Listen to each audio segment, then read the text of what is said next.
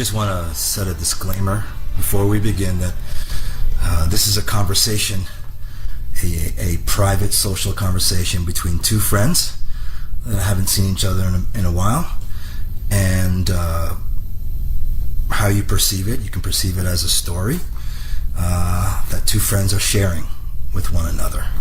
Would you like to add anything to that? No, I agree entirely. I think that in today's world, one needs to take unnatural precautions, whereas natural law prevails in our lives as spiritual people, at least theoretically. But from my perspective, what we're doing is expressing or sharing personal opinions regarding circumstances of our involvement one time with Freedom Teachings. God, it seems like a whole nother lifetime ago, doesn't it, Nate? Huh? A whole different eon. Yeah, and for those out there that are expecting answers, don't expect anything, because expectation is not a good place to be anyway, is it? Correct. In today's world, certainly. If you don't know, who we are, that's really, for me, it's not important, but it's important that you know that my friend here is a dear friend of mine.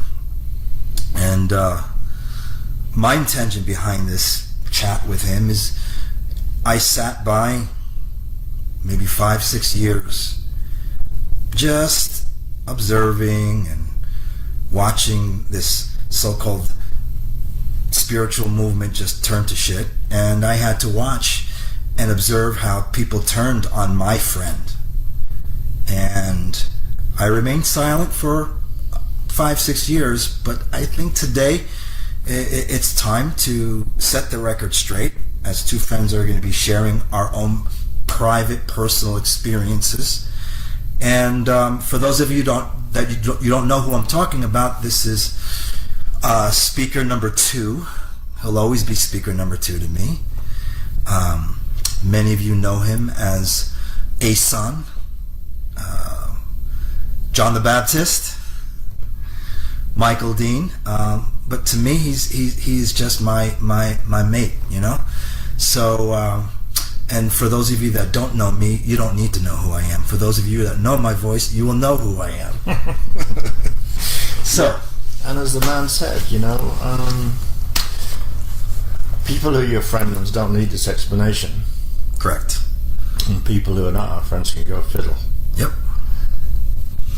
So, let's where should we start? Well, just before we go there, I need to say one further thing.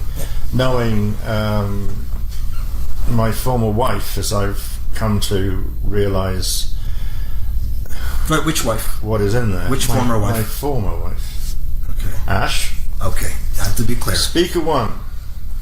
And I feel compelled to say that should I inadvertently trespass in any way on what she considers to be her property or her feelings, it should be viewed in the sense of respect for the benefit of the KS family that we raised from the ground together from year 2000 on through 2012. Anything that I say is either recollected from information entered already into the public domain, or has been shared between Speaker 1 and myself, or has simply arisen from conversation with trusted friends such as yourself and one or two others that helped me through the dark days. So let that be a ground leveler and disclaimer, and from that I think maybe we can press on, relax a bit more. Right. I would like to start from the beginning. Okay. Well, the beginning and the end have a lot of similarities. I think I can't anticipate who will listen to this, but I do need to say that anyone who hasn't spent a number of years in across the Freedom Teachings and or KS will find some of this difficult to follow. I mean, no matter how hard we try, it'll be difficult. So apologies to those people, but for the most part, apologies to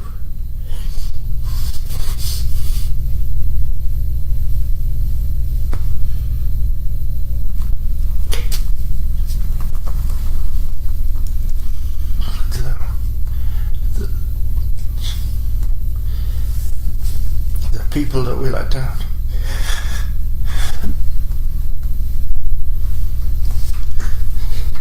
The people that saved every cent to come to a workshop.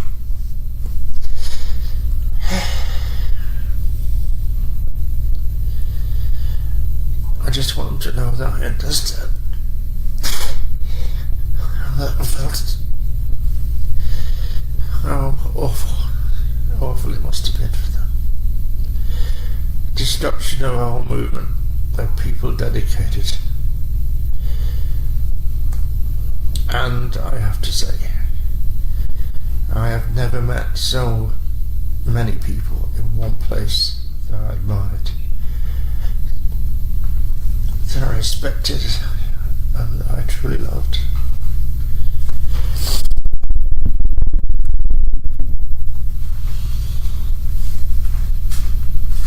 So, it was a terrible, ugly, painful mess.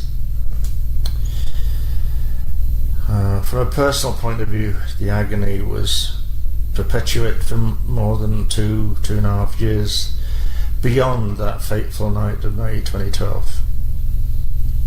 It drained me of everything I had, emotionally, physically, energetically, and I wasn't fit to speak to anyone then, and not for some time following.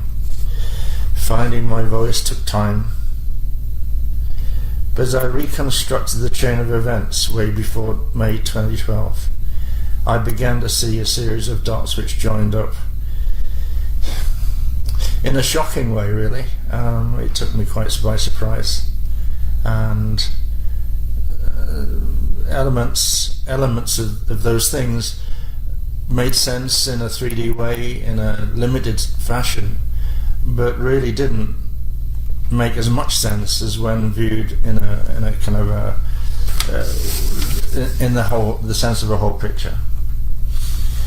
The main event had been theatrical, deceptive, defamatory, was certainly true as far as I was concerned. The frenzy of the lies in September 2012 was so fucked up. It was almost comical. And the extra legal proceedings used during the lead up to the divorce in July 2014 were just completely fucking vicious, I'm sorry. I finally discovered greater understanding in reflecting all of that. And then, you know, when you think about karma, the implication of events, they exist energetically in proportion one to the other. And as I was thinking all of this through, I was aware of the karmic return that was possible. And in a way, fortunately, it began to express. I realized that if universal law is at work, then we should expect to see more energetic adjustment flowing into our collective situation as the karmic load struggles to find expression, to find balance. As the deterioration between speaker one and her line and audience expectations grew through 2015, 2016 into 2017, I felt vindicated that natural processes were becoming evident. So what that meant to me was that rather than being judged by a corrupt, male-dominated legal system where money is all that matters, and truths are bought cheaply. With the realization, I began to work my way towards speaking my own truth. So I felt free of any accusation of piling lies upon people's pain, raking over circumstances that were barely people were barely capable of having a discussion about it, and certainly not in a way that was designed to feed my own blasted ego, and free of any suggestions of defensiveness. And that, ladies and gentlemen, listening to this tape, I've got to tell you, is a big thing for me, because I won't defend the truth. But having said all of that, I will add forcefully and in all sincerity that this eventual decision to speak brought me no pleasure whatsoever. It will bring me no pleasure whatsoever. I sincerely feel for Ash. The work that was done was exemplary, delivered in love of the Christ and the well-being of all life everywhere. To say that I remain grief-stricken is evident. But the scenario that we're involved in is truly that of an unseen war. And in that war, the planetary and personal shields are the prize. Few KS students seem to appreciate, though, how the wounds and the unfortunate impressions held in the shields can be used against us. And that, dear friends, is a wrap for the entire interview. This is all about cosmic war. It's all about our personal and planetary shields. It's all about continuing vulnerability. It's all about our evolution, not nitpicky Mickey Mammy 3D shit. So I can assure you I'll be avoiding as much of it as I can. Now,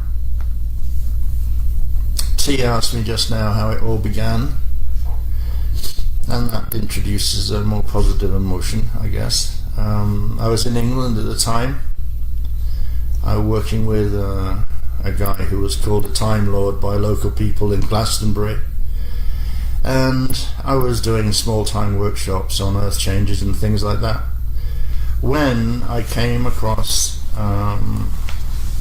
this funny little person called Anna Hayes on the website one night. I think I mistyped something or other, but I found this, there's something about Kansas and Toto in the headline.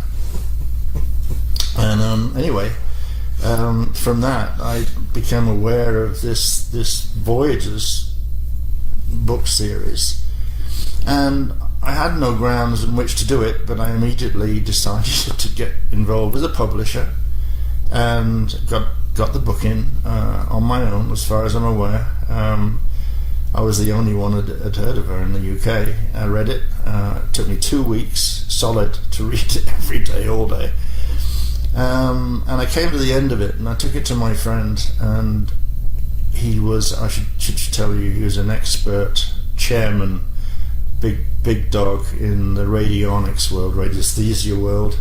He was very energetic and sensitive, and I trusted him and I liked him. He was older than me, and I took this blue book to him face down, and I just offered it, held it out, and said, "Go on, what do you think this contains? Is it kosher? Is it not? Is it truth? Is it lies?" And he just, okay. He reached out his palm and put his palm on the top of the book and his other palm under it, closed his eyes, and was sort of like rotating vertically, I remember. And he opened his eyes with quite suddenly, and he said, "This contains important information for you, Michael. It's mostly truth." And with that, I took it and I wrote then to Ash. I said, I wrote it, addressed the publisher obviously, and I said, I want to help you proliferate this work. I feel absolutely totally drawn to it, identify with it, everything. And anyway, I got a reply to the letter, to my amazement. This is in February 2000. And through that I got to meet her husband of the day, Phil Gruber. He was all about helicopters and new suits and things like that. But anyway, we talked on the phone, and he just, he was all about money. How many bums in seats can you manage? And he had no idea that England is quite a small place. But I eventually suggested that something in the order of 175 people would be absolutely incredible, but I'd go for it. That secured the deal. He shipped me two boxes of books by the publisher so I could feed my network, which wasn't big, but I talked it up a lot and it developed. Anyway, from there, I missed a point. Ash mentioned when my letter arrived, my envelope arrived, she held it in her hand and she said to Phil, this is a true Melchizedek. This is the real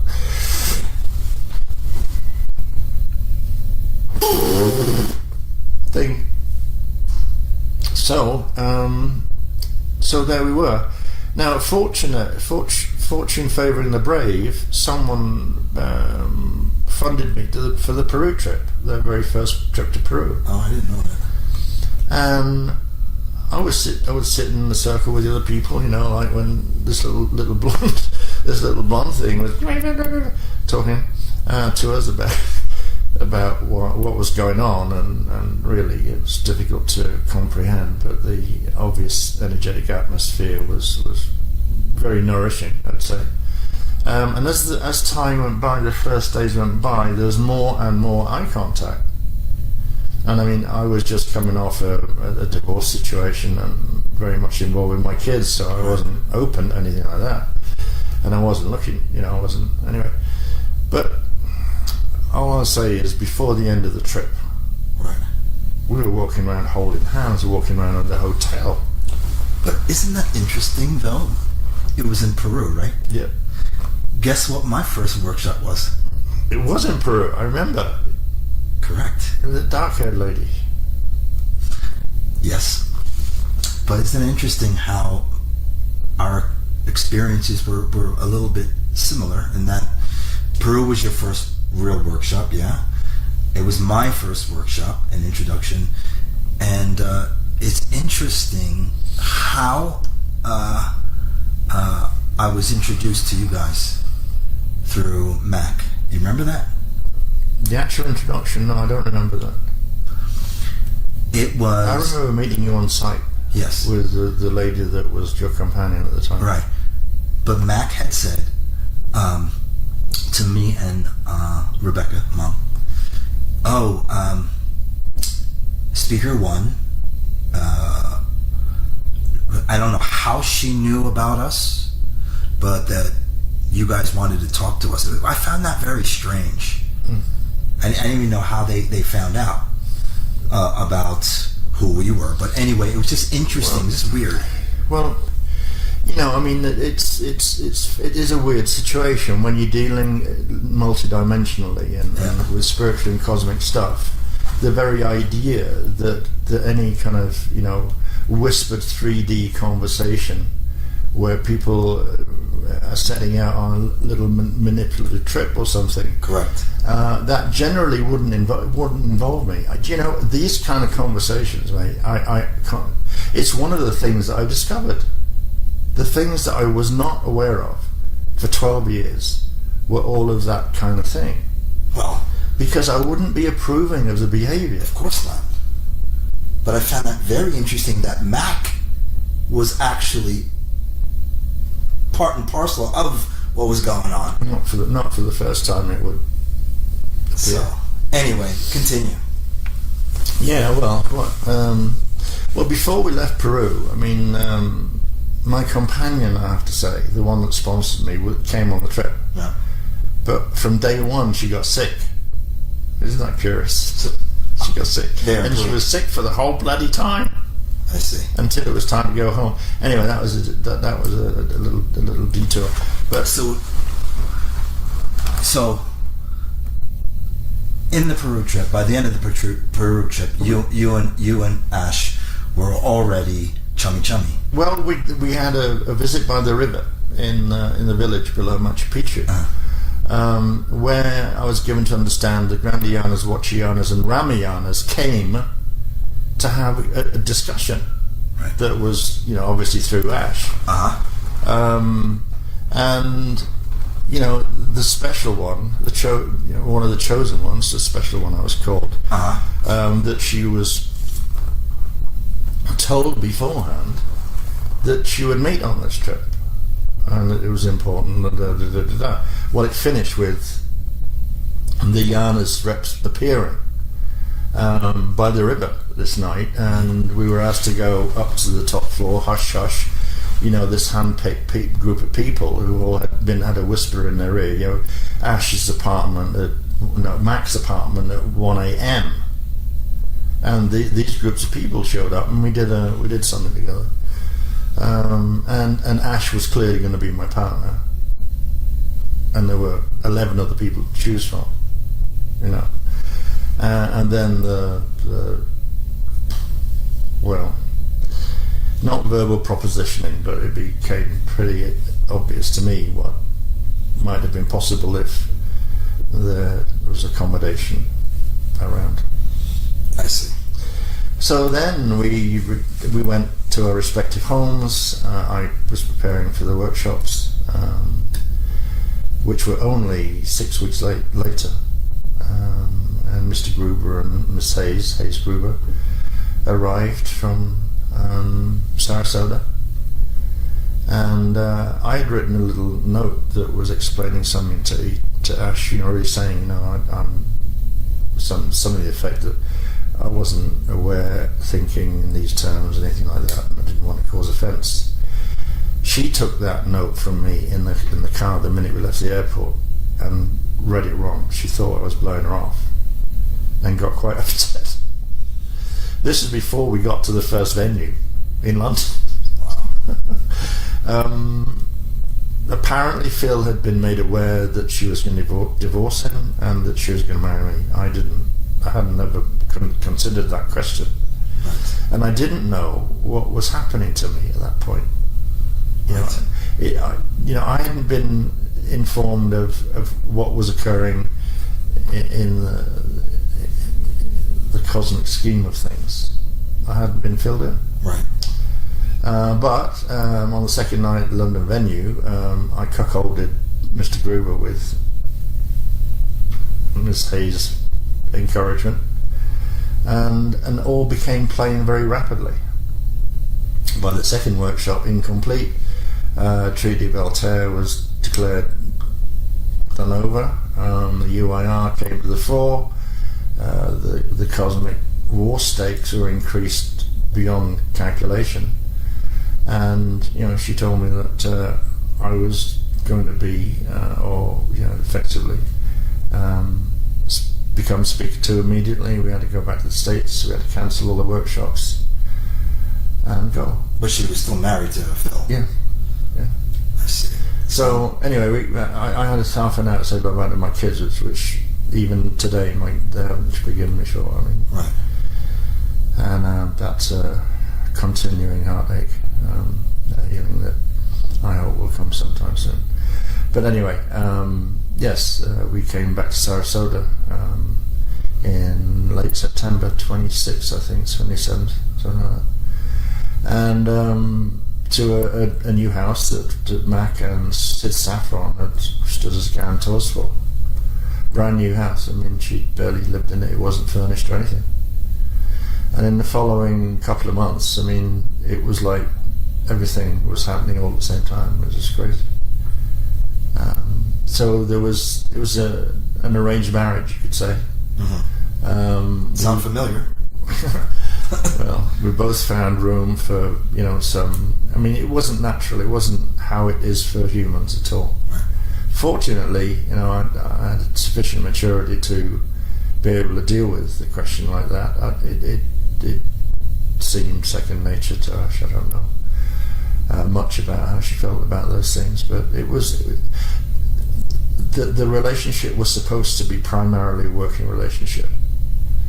If people understood a little better about the higher dimensional races, they will find that this kind of association is far, far more common than it is in this distorted environment we call Earth. Mm. But people would work together on a project, a mutual project, cooperative basis. That would be the primary reason for association. If they chose to have an intimate relationship or such, then they could choose so. If they didn't, then no one would even think of offence because they don't think that way. concepts like forgiveness and healing in a special fashion and all of that kind of new agey thing. They don't think that either. I mean, they have more awareness about the magnitude of the cosmos, about evolution, about the passage of time. Their relationship with those things are just completely different. Anywho, we managed, and I accepted readily enough that it was a working relationship. That proliferation of the work came first, absolutely, no question, and I had no problem with it, because that was exactly how I got into the situation I was in. Suited me fine. And she and I had an understanding that we never discussed our roles. We just understood what to do to support each other, and that's what we did. Financially speaking, Mr. Gruber was actually hopeless with money and spent it faster than he got it. He took orders for things that he couldn't possibly ship because he screwed up the relationship with the only supplier in Florida. Really? And had done it twice. Wow. So when I came in and you know, Ash obviously had told them something about what was going to happen, that I'd be, you know, running the business in some way. I mean, it was a struggle to convince the production company, because it was all tape in those days, no disc, right? Right. To believe in me, and I guess that I was such an innocent-looking kind of English idiot that he believed me. I proposed a way where I cover his costs anyway. I was wise to that. So we broke through, but you know, I can remember discovering there must have been 40 back orders that weren't being treated in any way because the money had been pocketed and the orders were just left. And yeah, it was only that people came and inquired some months later, right, that I even discovered them, and it went on for most of the first year. But it was a chaotic entry into life as a speaker, and the household were crazy. I mean, there's Phil Gruber, who was with this woman that he couldn't really care less as long as it didn't hurt him in his pocket. There was a guy there that I grew to call Montauk Mark. Montauk Mark. Montauk Mark, because he was from Montauk. I see. He was called Mark. And was he like he was a roommate, a renter? No, he's remarkable. I mean, he was the legal guardian of Ash's daughter, Alexandra, or Shanti, as she was called, later Zani. Yeah, he was the full-time guardian, legal guardian, on paper, done dusted, which I presumably I thought could have occurred through the need for a workshop, but the workshop frequency wasn't that high, that great at that time. I mean, we doubled the number of workshops in 2001 and 2002 on the numbers that preceded it. But it was that Lexi was a difficult child, very difficult, and my first encounter with her was frightening. She took me and locked me in her bedroom with her and was all over me in ways that I was totally uncomfortable about. You're shitting me. And I had to push her. I mean, almost violently, but very strongly. I had to push her off my body and make her leave me alone. And I turned, opened the door, and was out there in a flash. And I never ever went in there again. I don't even know what to say to that.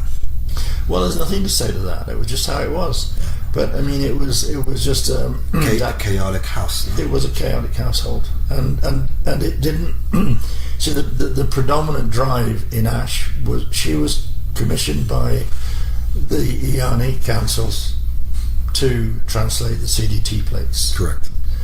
And she'd been intensely trained, I'm told, and it appeared to be the case because of the material that we all saw. I mean, anyone I showed it to would just look at it and say, "You just can't make this stuff up. Yeah. This is just fantastic." Right. You know, and so the commission had a compulsion. Servicing it was built in as if it was an organism, and I felt it just as Ash felt it. So really, I mean, everything else in our 3D environment could go whistle, except if you shouted loud enough to get some attention. I think that Ash, in relation to me, caused problems later on, progressively, as, you know, this was a first for Ash. It was exciting, it was intense, there was a lot of love in there between the pair of us in the work, you know. I really think that Lexi felt her nose seriously out of joint, because she'd not, probably, I don't think she got much love from her mother, and being under the care of a guardian wasn't much of an indicator either. So the guardian wasn't the father, though, right? No, the father was another chap. I see. And so being a legal guardian of Lexi, who we knew as Zahn, right? How did those guys, I mean, how did that guy and Phil, how did they all leave? Like, what happened there? Well, I mean, it sounds like a real distorted type of situation. Well, we went into a state, you know, because it was creating tensions of various sorts, and more than nuisance value.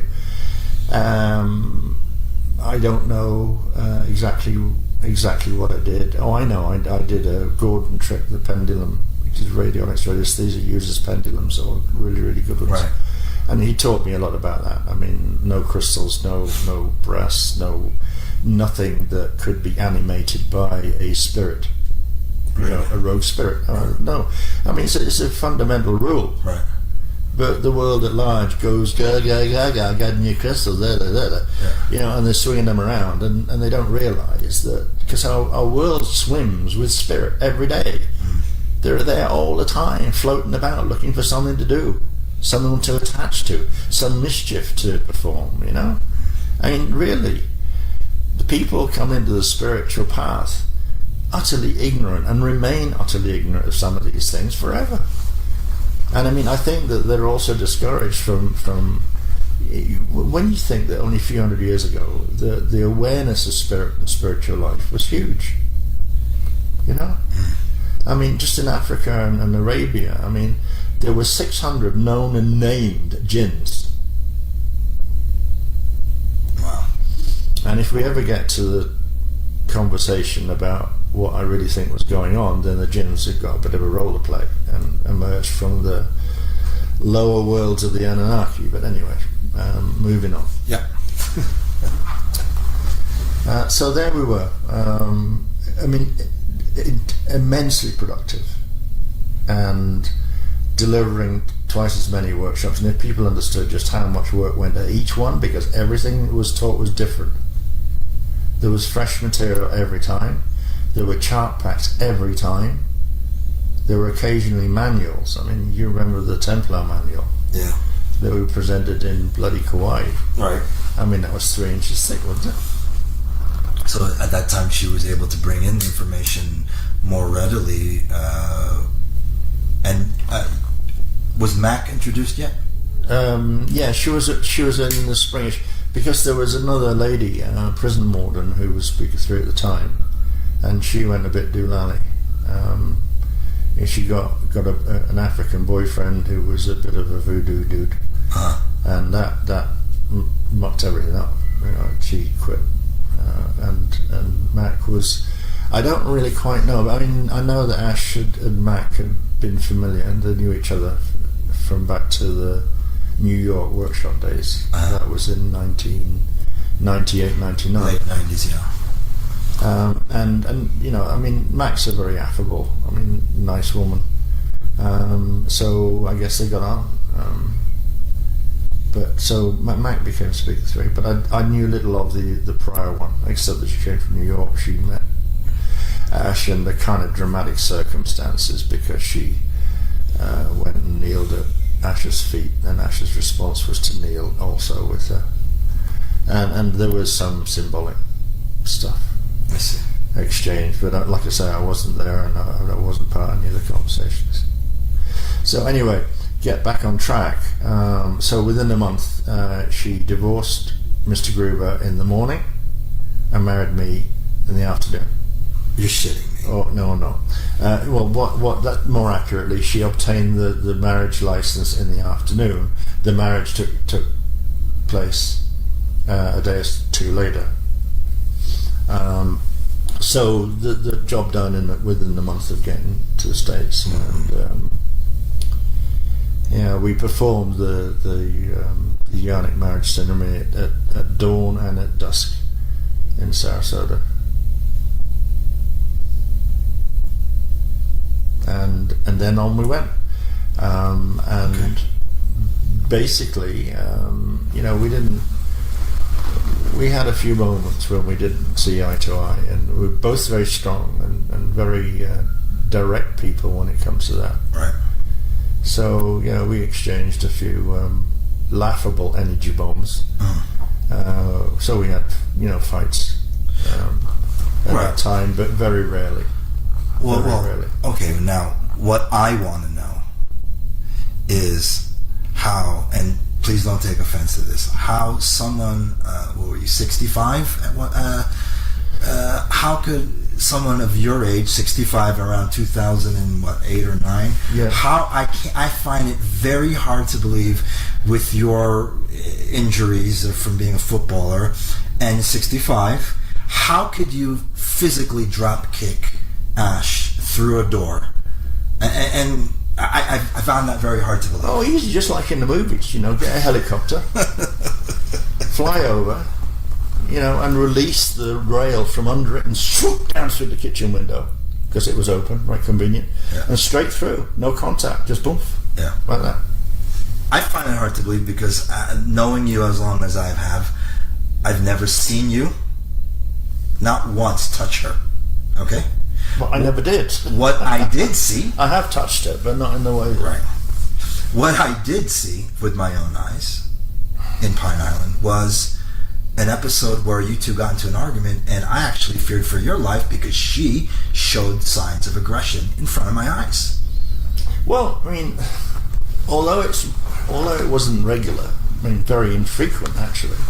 What she produced for the hearings, that the extra legal work that she did when the divorce was going through, she summons me on 4 separate occasions, and she produced this Exhibit A thing that listed 40 accusations, not just about domestic violence. Like a head wallop, bang, whatever the Mossad is supposed to have taught me, but more serious things. But 5 of them were accusations that I attempted to murder her at workshops in Greece when a boat capsized. We rented a boat one day, right, and went from Paxos to Anti-Paxos. Right, that's when the boat was it was filling up with water, right? Well, on the way from Paxos to Anti-Paxos, everything was wonderful. Everyone was sitting, having a nice time, trailing the fingers in the water, doodle, pum, pum, pum, pum, pum, pum. And we went to Anti-Paxos, we got off the boat, tied it up. Yeah. Right? We went, someone sat under the shade. The kids went swimming for ages, diving and all that. And it got to around about 3:30, 4 o'clock, and I said, look, we need to get back. I don't want to, do anything else. So on the journey back, we set off back, and we were going okay. And then, between Paxos and Anti-Paxos, there is a distance of maybe half a mile. And as we were moving across it, I realised that the big cruise ferry things, that tourists go on, they were creating a swell, that's right. And watching the swell, it was just beginning to come over the boat, because the boat had some heavy people in it. But it hadn't been a problem heading south, but heading back it was getting worse, and it was faster than we could bail. And at one point the boat just flipped over, and there we were, all in the water. Right. And conveniently you tried to kill her, right? Well, yeah, that was one of the accusations. Right. 2 or maybe 3, but definitely 2 of them were when I was laid up with this strange back problem, where it was like what do you call it, the lumbar, the spinal disc problem, serious, affects the sciatic nerve, that's it. Yes. and I was paralyzed down one side completely, and it's happened in Colorado. I had to drag myself out of bed, drag myself to the airport in great pain, get on a plane, get home, and I wasn't even picked up at the time, but never mind. It was so bad that I went to Hezekiah, one of the KS's doctor, acupuncturist. He did some work, no sweat, nothing happened. Then I finally had to go to a guy, what was his name? Chuck, somebody or other. Oh gosh, his name slips my mind. Right. Was he the sports guy? Yeah, he was the guy that was the acupuncturist for the Olympic track team. Right. As well as being a bona fide doctor. I mean, he treated me all the way through till August before I felt well. Mm-hmm. And two of these accusations occurred within that window when I was under treatment. So there's no possibility that I could get about with any ease whatsoever. Right. So, I mean,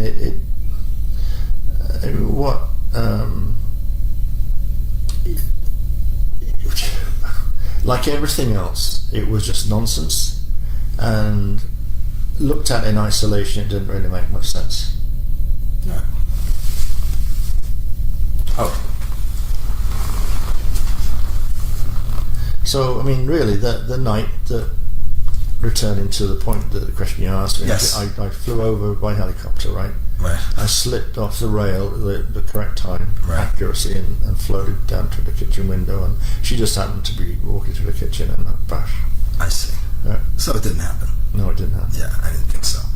But I mean, the afterwards was really interesting, because the police came, they chatted to me.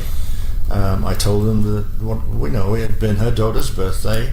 We were not keeping any alcohol in the house at the time, but we'd gone to the lovely restaurant near where we lived in Pine Island. Right. And we'd had a couple of glasses of wine, some beer, and we'd gone back, and I was cooking a full English dinner right. for sort of celebration of her birthing of her daughter, and all that was going on when an argument broke out between us that concerned which had to do with, well, basically her slothfulness. I mean, she'd not got a GED, she wouldn't drive. Right. She didn't do anything that people would do to self-sustain themselves. Well, it's interesting because she came over to the house. We were living across the street from you guys, and she had come to the house, knocking on the door. It was late. It was at night, and I believe she was like, she came in bragging to Maritza and I, along the lines that. Was she on her own or with her mom? No, she was by herself. Oh. She was by herself, and I remember Maritza was gonna make her some food, because she would come over like late at night sometimes and just eat. But she, if I'm not mistaken, she was almost bragging to us about how she's going to have you arrested. Mm-hmm. And we had no idea what was going on between Zahn and you and Ash at that night time. So we were just like, we found it very strange though that she would come late at night and tell us her intentions. Crikey. Like, Asan and Mom are fighting, or so. I can't say it verbatim, and I don't want to say it verbatim because I might mislead people. But I can tell you right now, as it is sunny outside right now, her intention was to have you arrested. Mm-hmm. So, and I feel a lot of miseries, especially from my end, came from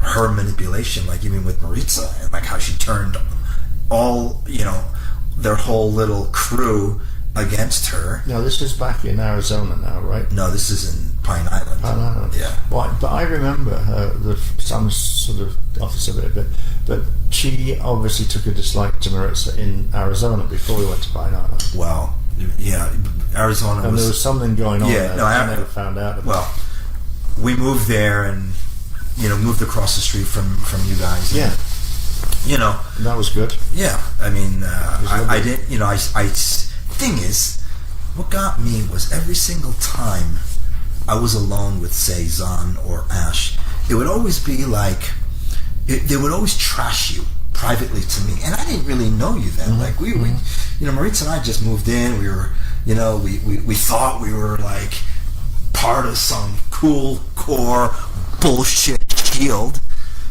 And every time we would be alone, one of those two would start talking smack about you. Complaining about maybe how you drink, but geez, I seem to see her drink a lot too. So, Ash. So, little things. But then, one time, I don't know, I kind of feel weird telling you this. I don't know where everyone was, but, I was over your house for whatever reason. No one, you weren't there. I think it was just Ash and I. And she had, mentioned, almost eerily and just really creepy, that we were supposedly brother and sister, half brother and sister. And then she was like, wouldn't it be interesting if we ended up together? Ash said this to me, and I was like, no. Are you with me? Well, that connects with something that happened as we were preparing or deciding to leave the UK, when this guy, Zan was reporting to her mother. I overheard her talking about this guy who's supposed to have a lot of money, a Bentley. I mean, I called him Bentley Boy after that, right? Was I Bentley Boy? You were Bentley Boy. Oh, jeez. Yeah. No, it wasn't. But I mean, just because it was such a distinct memory of that conversation. Oh, there's a millionaire. Yep. Millionaires come into the work over in the States. It was Rebecca's Bentley. And it was you. Yeah, it was Rebecca's Bentley. We drove down to the Virginia workshop, and well, look, dude, if I was the king, I'd decree a Bentley for everybody that wanted one. I know, but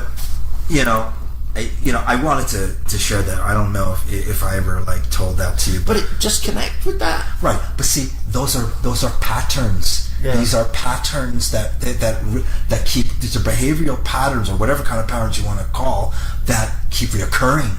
But isn't that a coincidence when a certain person comes along and starts helping us out with the property that we want to be moved on from by the Norwegian guy? Yeah. One of the Norwegian guys. It was painful. I mean, all right. So we didn't live badly off workshops, but there was a limit to what we could do. And then we got into Colorado when we bought the cabin in Colorado, Alon, as it was called.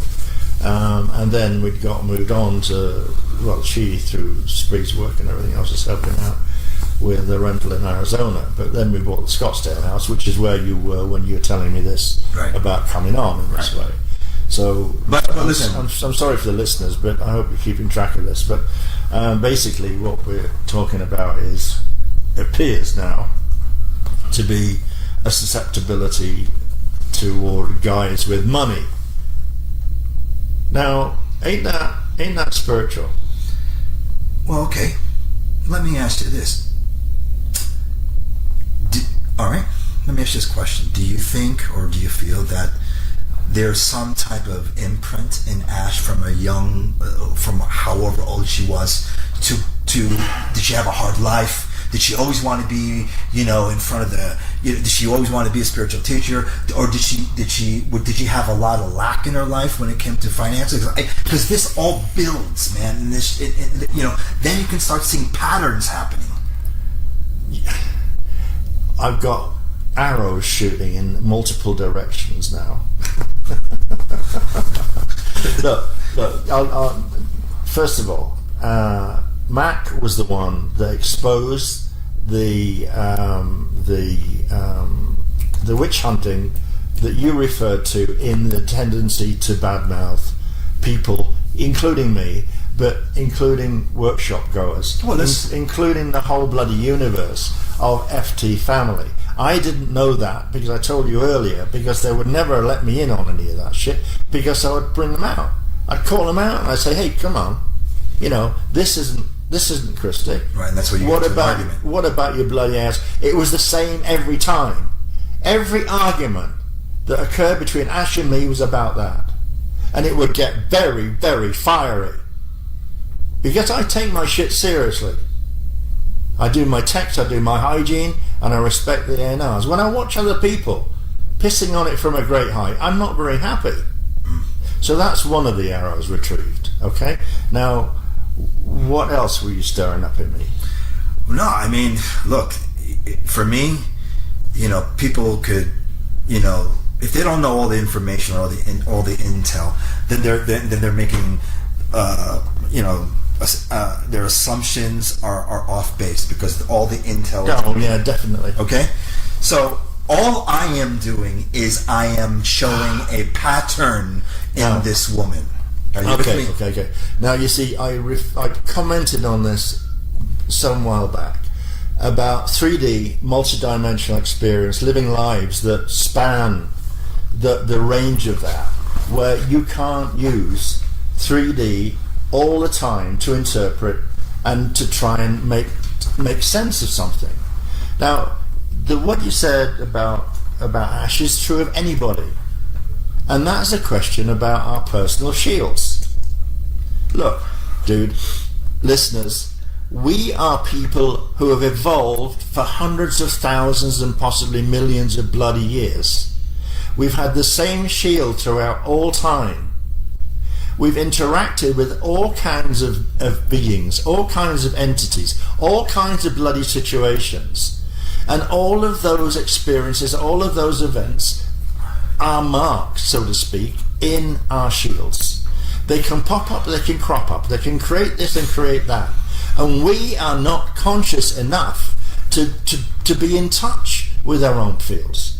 What we have is fucking psychiatry and psychology and all that bullshit that doesn't know anything about personal shields. If we were to mention it, we were trying to talk to any of them about it, they would want to put us on our next intake for treatment, But in all seriousness, what?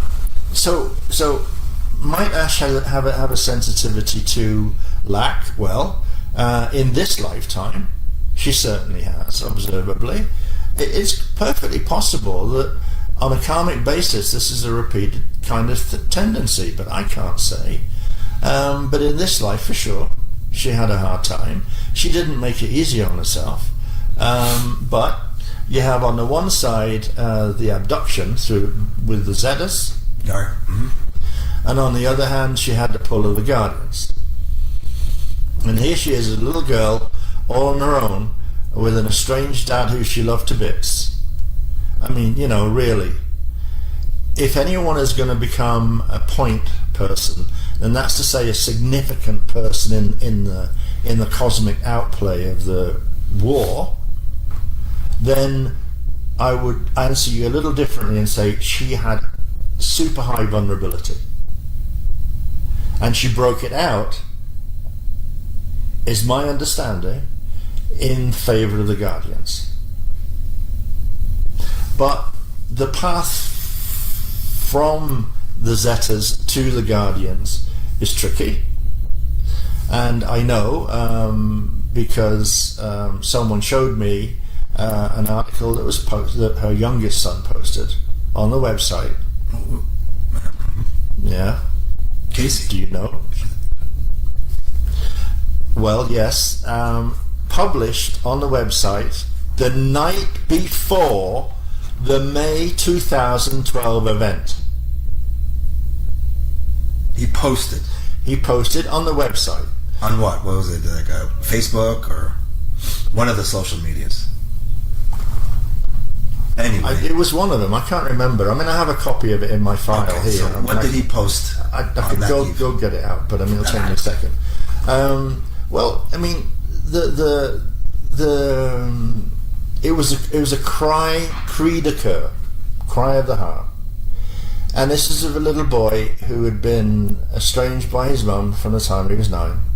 At that time, she was married to a pop star, a one-hit wonder guy, Jimmy Tighe, and from the age of 9, he hadn't seen his mum at all until we were together, Ash and I, in Florida, and he came to visit us in Florida. And this is a different son, not the son that ripped you off. The second of the two sons. Okay. I mean, it was a long thing. It was, the guy had obviously found religion, and it was doing something, it was filling some holes in it. Right. But in the narrative, I mean, he explained how his mom, the words were, she would come in, get out the Ouija board, sit in the corner, roll her eyes and talk in a deep voice. And that is just so reminiscent of Ash's heroine, Jane Roberts, who channeled Seth, right. who incidentally did deliver 500,000 pages of good stuff. I mean, I really rate Seth too. Right.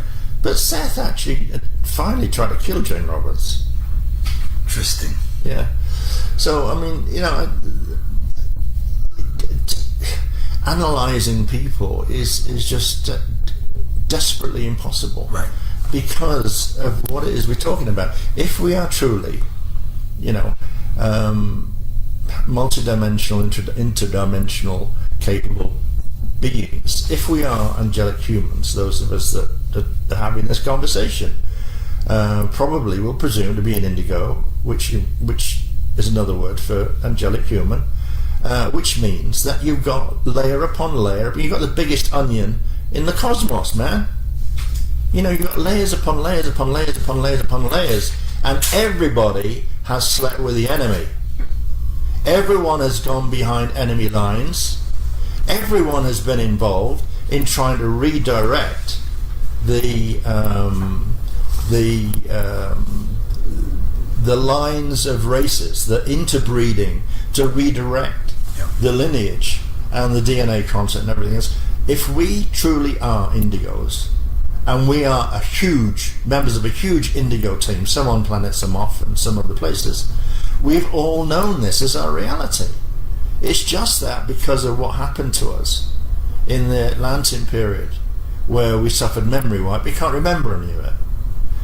But the mere fact that we can't remember any of it doesn't negate it.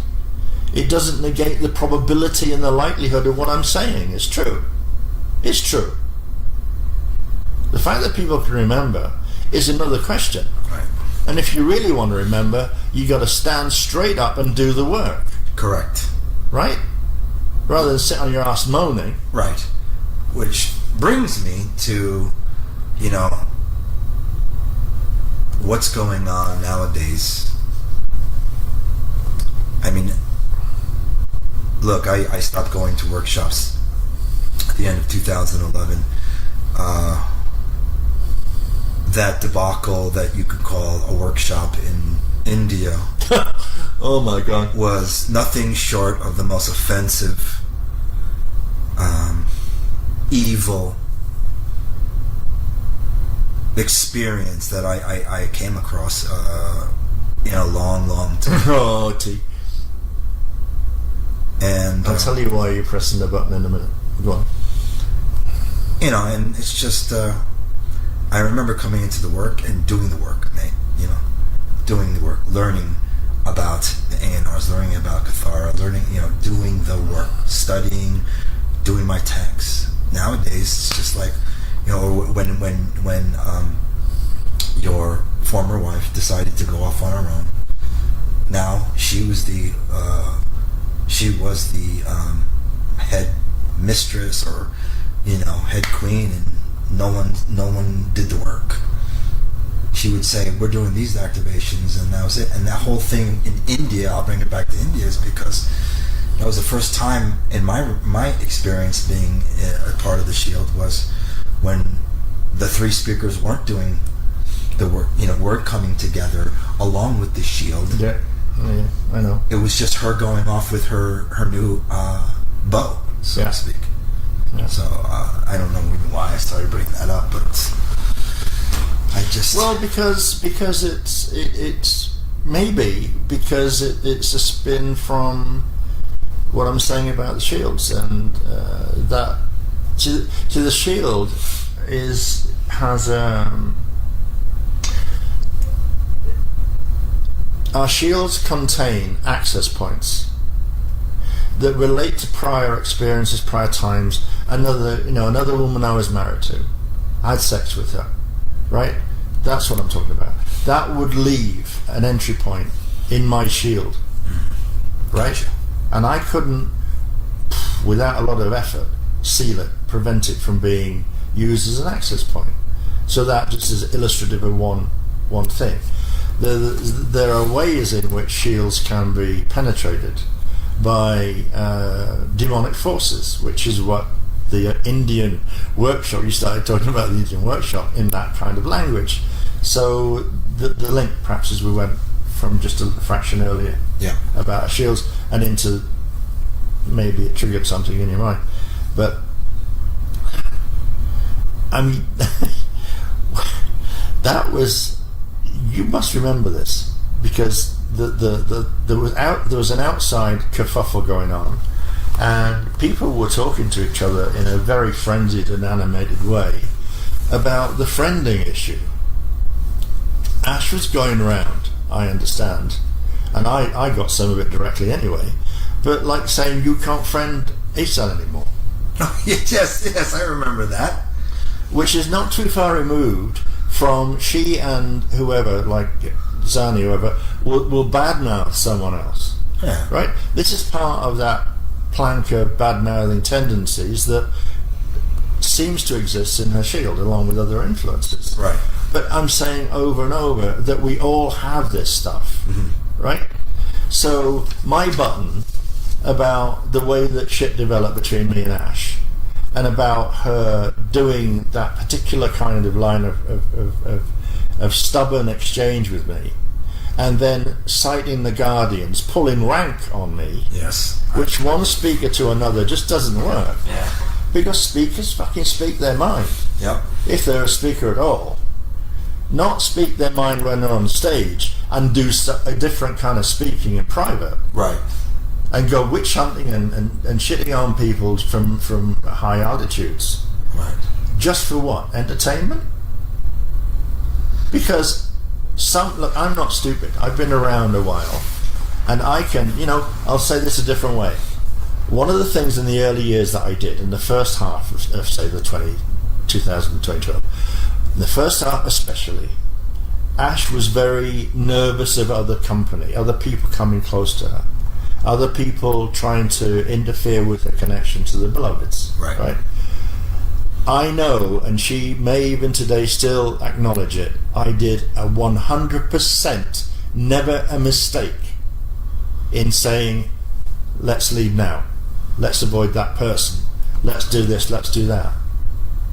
Because I took care of her energetically and protected her. Right. Now, the other behaviours we were talking about are quite distinct from that. I mean, they present us with a huge contrast. And why they are the way they are, I can't really speak to it. Right. But it's simply like everyone. I mean, those of us in this room and the entire chaos movement, everyone has the same shit to deal with. Correct. Everyone has the same choices to make, not necessarily being aware, remotely aware of the consequences of the choices.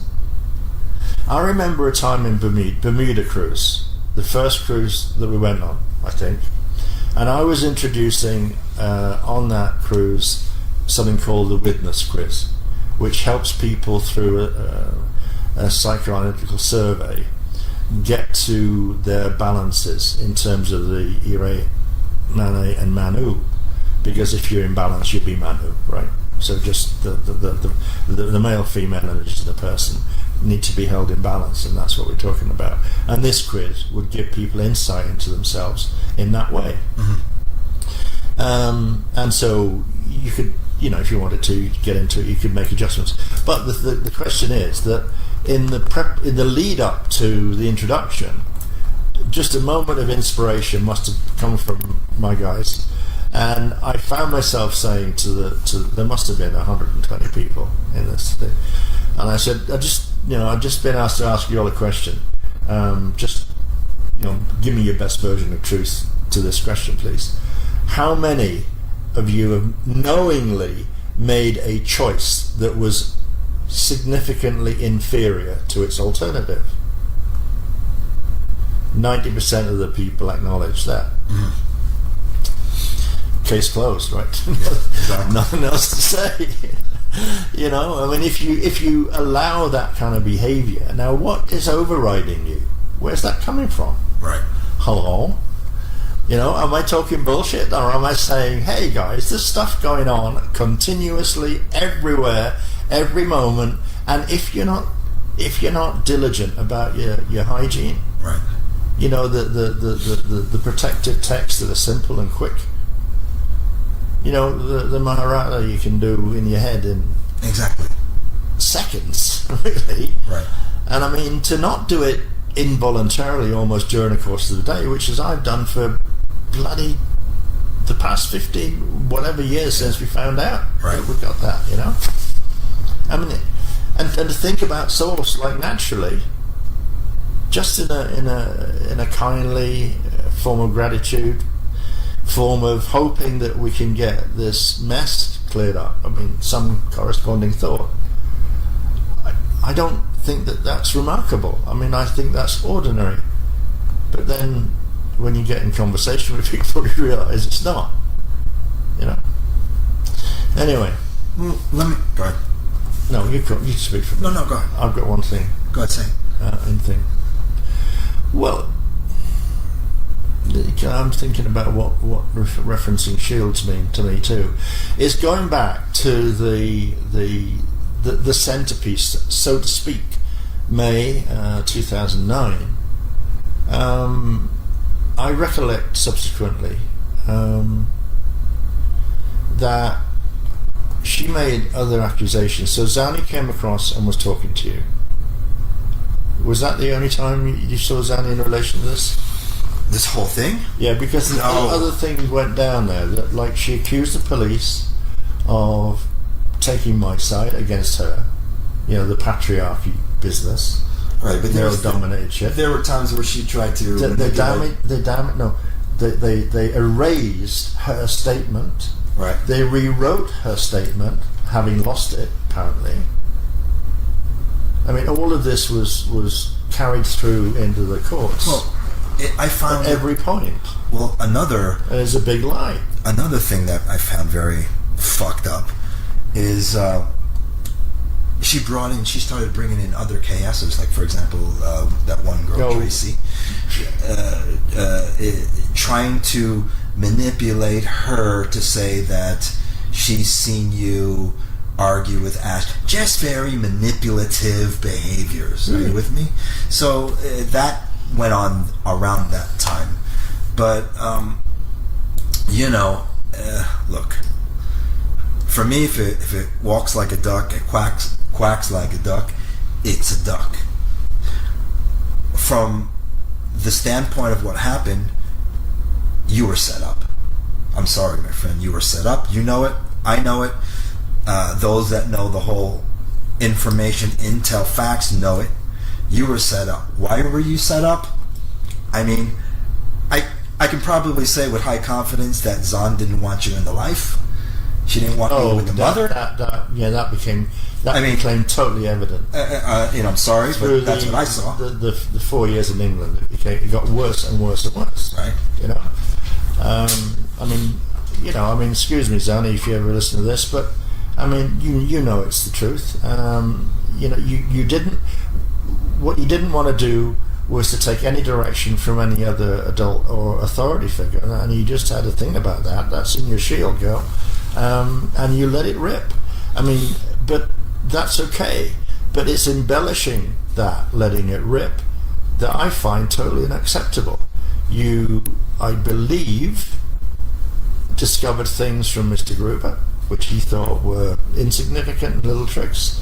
I believe that those things grew as you harboured your resentment in your bedroom at the stewardry in England for 2 or 3 years, to the point that you started to channel the Great White Brotherhood, and you were discovered channeling the Great White Brotherhood, certainly in Mount Shasta in 2006. And none of that was good. None of that was kindly. None of it was supportive. None of it was to benefit the shield. You badmouth people at every opportunity. And I can tell you this, young lady, if you're listening, more people have spoken to me about you, more people have sent me emails about your behavior, more people have questioned how could you disrespect your mother Correct. so much Yeah. in public. How could you use her name in vain? How you could beg money off workshop attendees in vain. You know, that really is stuff that has come to me from the KSs, except for the one observation about your transition to channeling the Great White Brotherhood. But that just exists in the public domain, I'm sorry. Look, you know, because that she was Ash's daughter, we treated her with respect. Well, okay? But that's the But point. did she treat Maritza with respect when she and her whole little sisterhood started targeting her? Oh, not only that, you know, Kaiva was done. Remember Yeah. Kaiva the singer?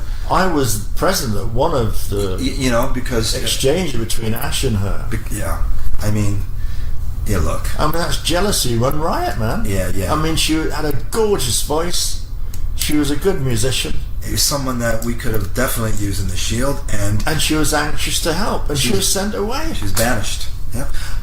Just like in her. Wait a second. What about what happened to the two apprentices with what was that guy's name? Will and Jared. Yeah. Okay? Yeah. I mean, one moment they're the apples of her eye, but because from what I know, Willa maybe, I don't know, talked or started liking someone that Zahn liked. Yeah. I mean, I remember it. that was no bueno. Oh, what? That was no good. Yeah. Come on. Okay, I got a bit more. You know, on this, and then all of a sudden now, you know, don't get me wrong. I mean, you know, the two flame apprentices, you know, they made their bed.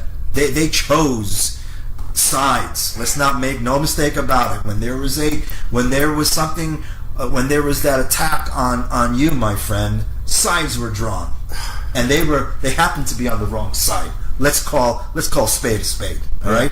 But what I found, you know, fucked up was when Willa happened to like someone that Zahn liked, and Zahn didn't like it. Oh, that was it. Went to Ash, and then all of a sudden they're banned. They're banished. But wasn't the mask for that a sort of a twinning opportunity fiasco? Yeah. The first of two? But it sets up everything that occurred with her and the Norwegian. Yeah. Well, I mean the announcement of those guys as apprentice flameholders was made in a workshop in only a few months before, wasn't it? May? Yeah. No, yeah, they were upgraded or something like that. And it was. I can't remember exactly. We were in Arizona, and we went down to the Biodome. Right. And then there was this. I didn't know these guys were going to do this, by the way. That's another one about the speakers not knowing what the other speaker's doing. Because Ash just went into this thing and created their appointment, which had only been mentioned, I think, not to me, a few months earlier. But then the thing that you were talking about, the unacceptable sexual liaison, as if people with the appropriate parts never use them. And never with the encouragement of a potential twinning exploration, which is what I learned later that was the mask for it. Yeah. The twinning exploration and the potential pair was the reason why Willa did what she did. Now, in the way that the workshops presented this material and gave it to the people, that possibility, that openness about it, Sure. created the most free movement anyone could imagine. Well, yeah. I mean, so then when I was called, when Mac and I were called to an interview with Willa and Jared, I listened to a soliloquy that was one voice. Mac and I were like, our eyes were popping at what this kind of hugely moralistic Ash was given it to Willa, not Jared, because he hadn't explicitly done that kind of thing. He was the victim in this picture, right? Just this one time, right? And Willa was fired on the spot, right? Interesting. Without Mac and I being invited to perform the speaker's right of vote, which goes any 2 speakers out of 3 carries the vote, right? Regardless who it is, what combination, right? That always operates. That's the Army rule of our commission, right? And she didn't invite it. Well, not only, I mean, yes, she did invite it, but what's even more fucked up is she fired Willa doing exactly what she was doing. Exactly, yeah. Or she was saying. Well, shortly after. I mean, how? That's fucked up. I mean, the house. See, look, within a month. No, I understand that Mac was asked on the quiet again to approach the Norwegian millionaire. I should say multi-millionaire to describe him accurately. In the spring, to sound out to see if he could provide a house for the 3 apprentices to live in, and with Zan's baby. So the wheels were put in motion at that point, where the personal connections hadn't become apparent. But so we went through the naughty and the firing, got rid of. But the house project went forward. It was secured on, I think, August 31st. And I have a note in my file that has Ash signing a lease buy agreement with the Norwegian. And only one person to live in the house. Within a matter of a few months, I was still involved with these decisions. It was a bizarre situation because she kept me in tow while working on the money bags, right? Right, well, sort of, kind of the same thing would happen when you came into the picture with Phil Gruber. But exactly. You know, so look, I mean, when the full intel is shared, you make up your own decisions. But, you know, it's only looking at it from a distance after the fact, some years after the fact, I didn't... Look, I tell you what, it was the Indian workshop that was the catalyst for the insight that I think I have on the whole show. You know, I'm thinking like Demon Fest just happening because of me, because of whatever possible setup she can repeat. Like, because of the bust into my room with Nicole with a live camera. You know, you're doing sexual assault on somebody. I mean, my room is empty. Go away. I mean, you know, look, it all smells of setup. Let's set up Asan. Let's set him up. I mean, and then Jesus this forced Christ. apology to Mac and Curry, the same trip, because I'd made a joke that didn't quite work, that Mac and Curry were paedophiles. I had to stand in front of the group. Didn't you come to listen to me talk about that? I just used an analogy about flying at altitude. When you fly at different levels of altitude, it takes you a while to adjust, and maybe some things come out your mouth that not quite the right way. But that's nothing bad was intended. But I mean, Ash was just appalling. I mean, throughout the workshop, she spent little time with people that came. I mean, it's something that caused me to feel upset increasingly. The obvious lack of respect for the people on which we lived a life. We drew income from them. Correct. You have people that save every fucking cent between workshops just to make it, right? You have people who book planes to go home.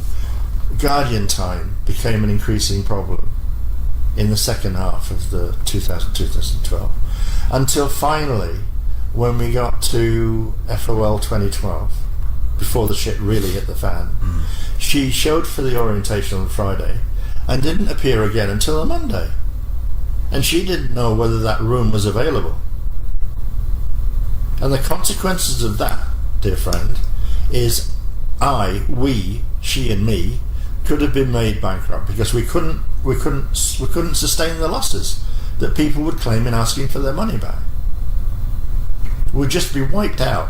But she wouldn't have been wiped out, I would have been. I see. I mean, jeez. Do you want to take a potty break or anything? Well, yeah, I think we'll continue in a few moments. So yeah, I think we'll just take a break, and then we will come back.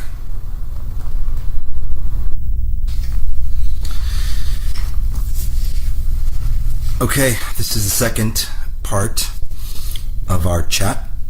So, Asan, you want to pick up? Yep.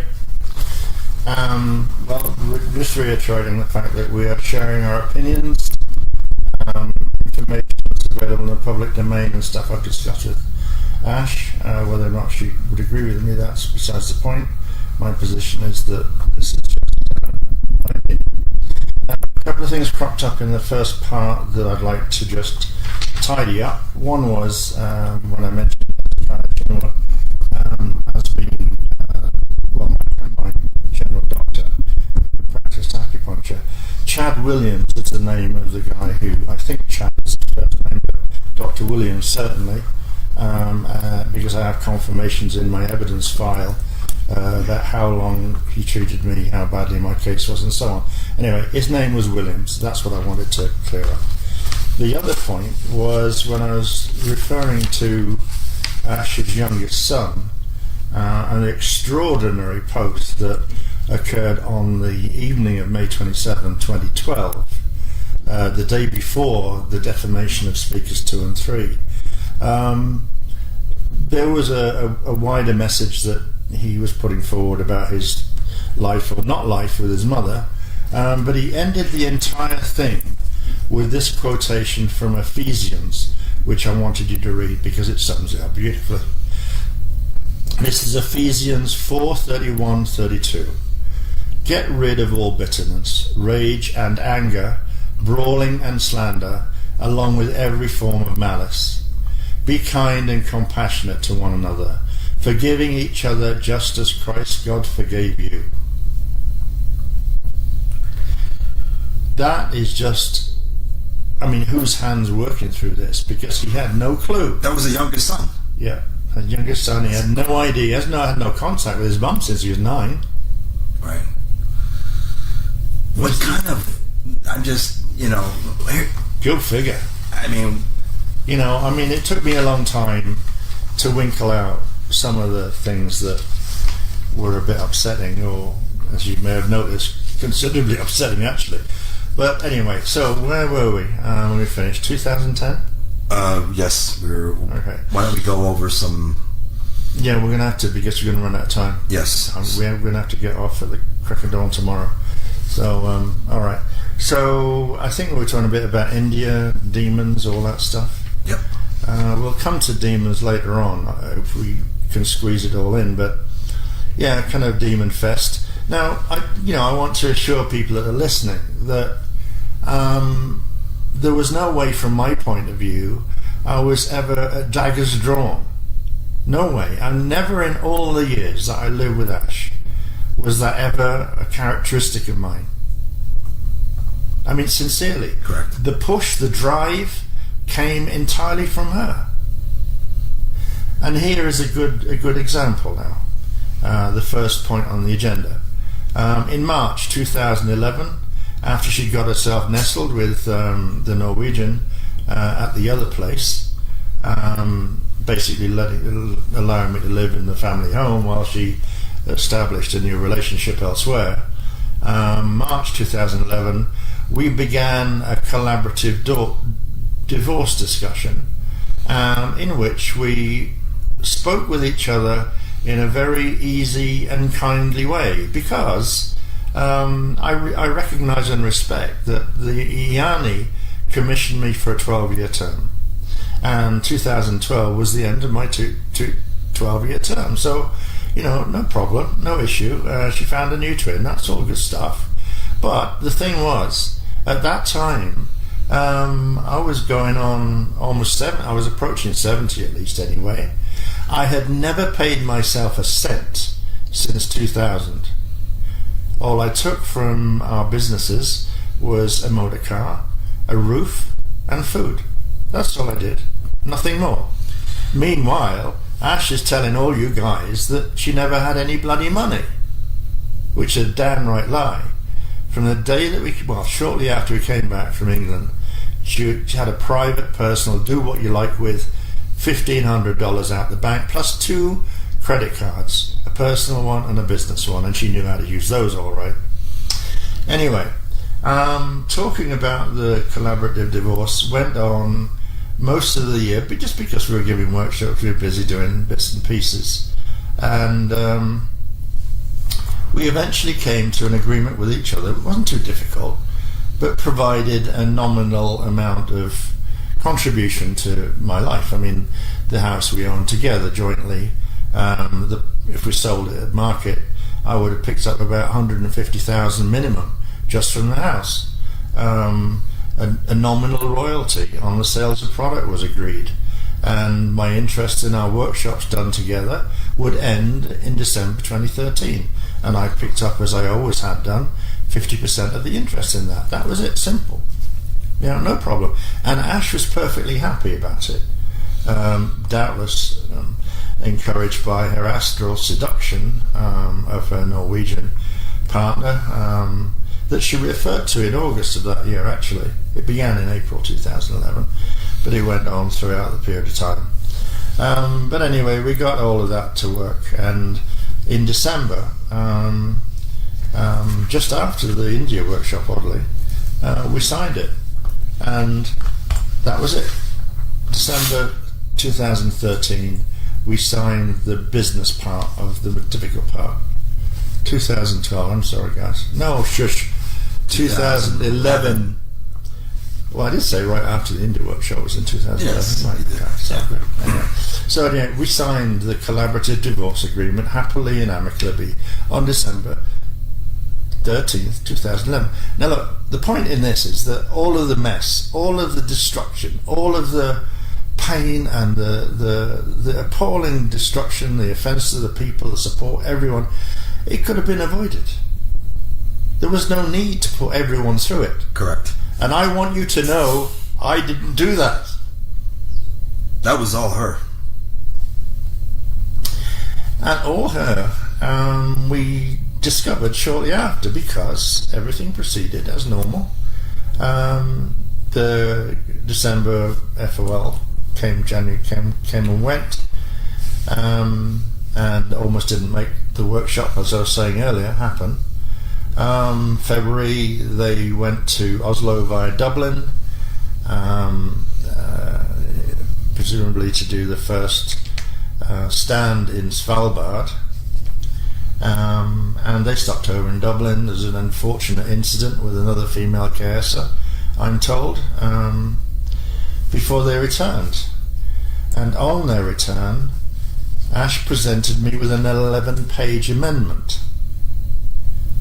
Now, I shared this with all of the senior members of AP, and it was perfectly clear to them, as well as me, that we were all written out of anything that was of any meaning to us all, because suddenly this intellectual property nomenclature arrived into the conversation. Everything was hers. Right. Universally, you think that's right? For her to claim it like that? Well, it's the information belongs to the owner. Thank you. She frequently in workshops describes herself as a humble scribe. A scribe produces a literal translation. Correct. Intellectual property, I beg to differ, doesn't hold, but I didn't argue with it. Right. Right. I was beginning to develop my state of shock, to be honest. If you read it, I hadn't done anything. I mean, it was all about her. I'm not kidding. Right. 11 pages all about her rights, her property, everything. According to that, if you read it, I hadn't created a code entirely in my life. I hadn't showed up in 2000, got hold of an insolvent situation by the scruff of its neck, established a business that I ran to begin with.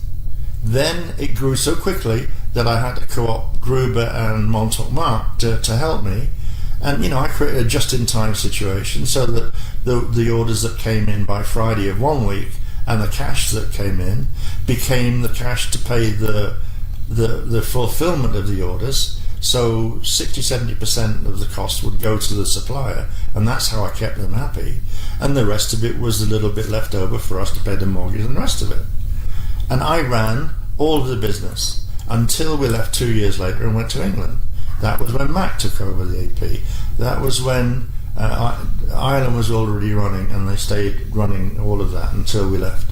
But then, Georgie and Australia came online, and the guys in South Africa soon after. Right. And that was largely a result of Noel being so helpful, helping advise Tammy and Mac in how best to produce copies of DVDs. Correct. And once that was proven in the States, that model was shared with everybody else.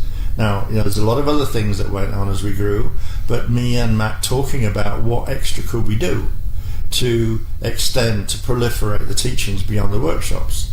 And the Amendi series classes came up. Eventually the Kathara team grew from that, and they did a phenomenal job. So, this has all been pushed aside. This didn't happen. Right. In ET's eyes. It wasn't being written about. It wasn't being considered. Nothing. And it's not just me, it's the other guys. And what happened, the other guys came a bit later, and that was horrendous. So while this is going on, the all of the kerfuffle about, the India trip, the collaborative agreement being signed, the going to Oslo, playing that dude that is always in a big adventures that Andreas referred to him on workshop. I don't know what you're talking about. The Egyptians, the TV guy, the movie, Harrison Ford, Oh, right. Yeah, that kind of thing. Anyway, so the bottom line is that the new proposal that she brought forward would render me homeless and penniless. And my only option would have been to have left willingly or unwillingly America, go back home and live with my 90-year-old mum, whether I wanted to or not. Right. Basically. That was it for me.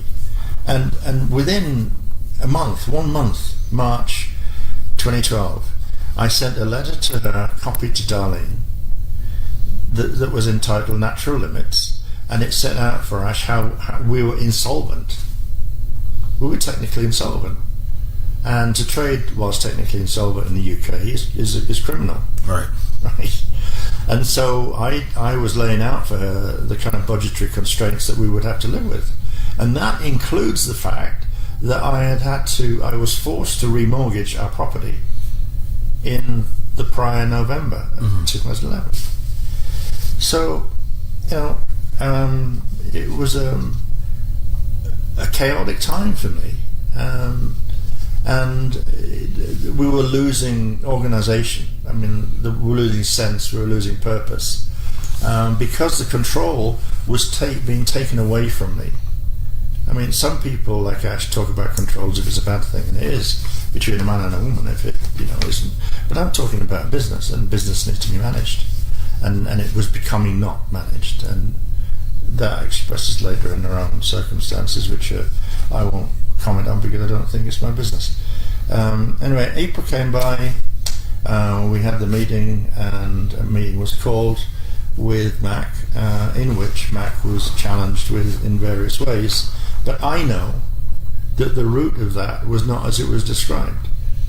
I know that as the Norwegians progressively got more and more involved, that they discovered that the status for Espen Moen, who did the Aura Earth project, he needed more of a business status rather than just the money that was being bought with. He was riding on the back of the money that the other guy was putting in. But the stock holding made a difference. So they wanted to change the rules around the stock holding that Mac had been given as part of a package. Right. Norwegians. That was the issue. There were other things going around it, but that was the issue. That was the immovable object. And, a lot of very cleverly things going on with the tape recorder, and projecting meaning into what the tape recorder may or may not have recorded. adding, introducing meaning to something that didn't exist. Correct. Which, we saw quite a lot about that in later months. So, this is when the narrative is really adjusted to satisfy the purpose, someone's purpose that has not been declared. And I'll just recap and then continue the chronological account now, so we won't be going backwards and forwards with each other. But first I want to say I flatly deny attacking Ash in any way, at any time, with my feet, hands, objects or anything else. Much less so the intention. I never had intention ever to do anything but serve the work. But the characteristic that we both shared, which was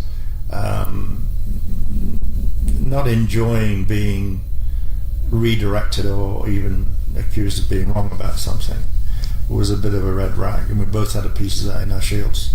So I'm not doubting, I'm not denying that fights occurred, but far less frequently than she accused me of. Right. And meaning derived from those events that far beyond the actual events themselves. So that is cleared up, I hope anyway. I'm not going to talk about it anymore.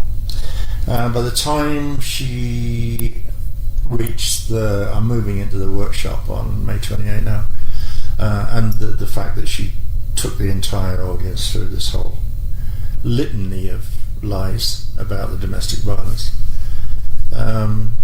She came to the Christmas story, and really,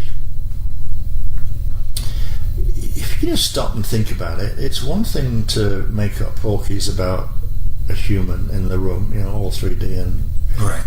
Weak and whatnot. But then you get to the source of everything, the source of the material, the source of people's belief and trust. And you trash it, you start to change it. Right, to fit your own needs. That's the whole point. That is the entire point. Spot on, my friend. There were just things that were just ridiculous. A rotten Anunnaki CD plate. It's hopeless. It's crazy. And you finish up with a situation where there was no more Immaculate Conception, no visitation by ETs, because of that. The Immaculate Conception is coming out by ETs. J9 was born of John the Baptist and a worn-out old hag called Saradai, who was back, who would later carry her baby, one of the babies, twins she had, 3,000 miles to India. There were no buses or trains or airplanes in those days. And this is a real fat old girl, right, that can barely walk. Do you know what? Mata manifest a bloody donkey for Saradai. Wow. Because she couldn't walk very far. Shit. Anyway, I almost lost my head a second time. JTB was tainted. He was described as saturated, corrupted beyond redemption. Yeah. Mm-hmm. But given that, John had received the highest ordination possible from J12 before himself initiating J12 in 10, 11, 12 BC, around that time. And then after that, J12 actually married JTB to Miriam. So, yeah. Do the Iani mean anything or not? I think that's the point. I know, exactly. And the information they provide, that's the point. That's the point. We'd retrieved 2 CDT plates at different times in our recent history. Uh-huh. So we had them in our possession. Right.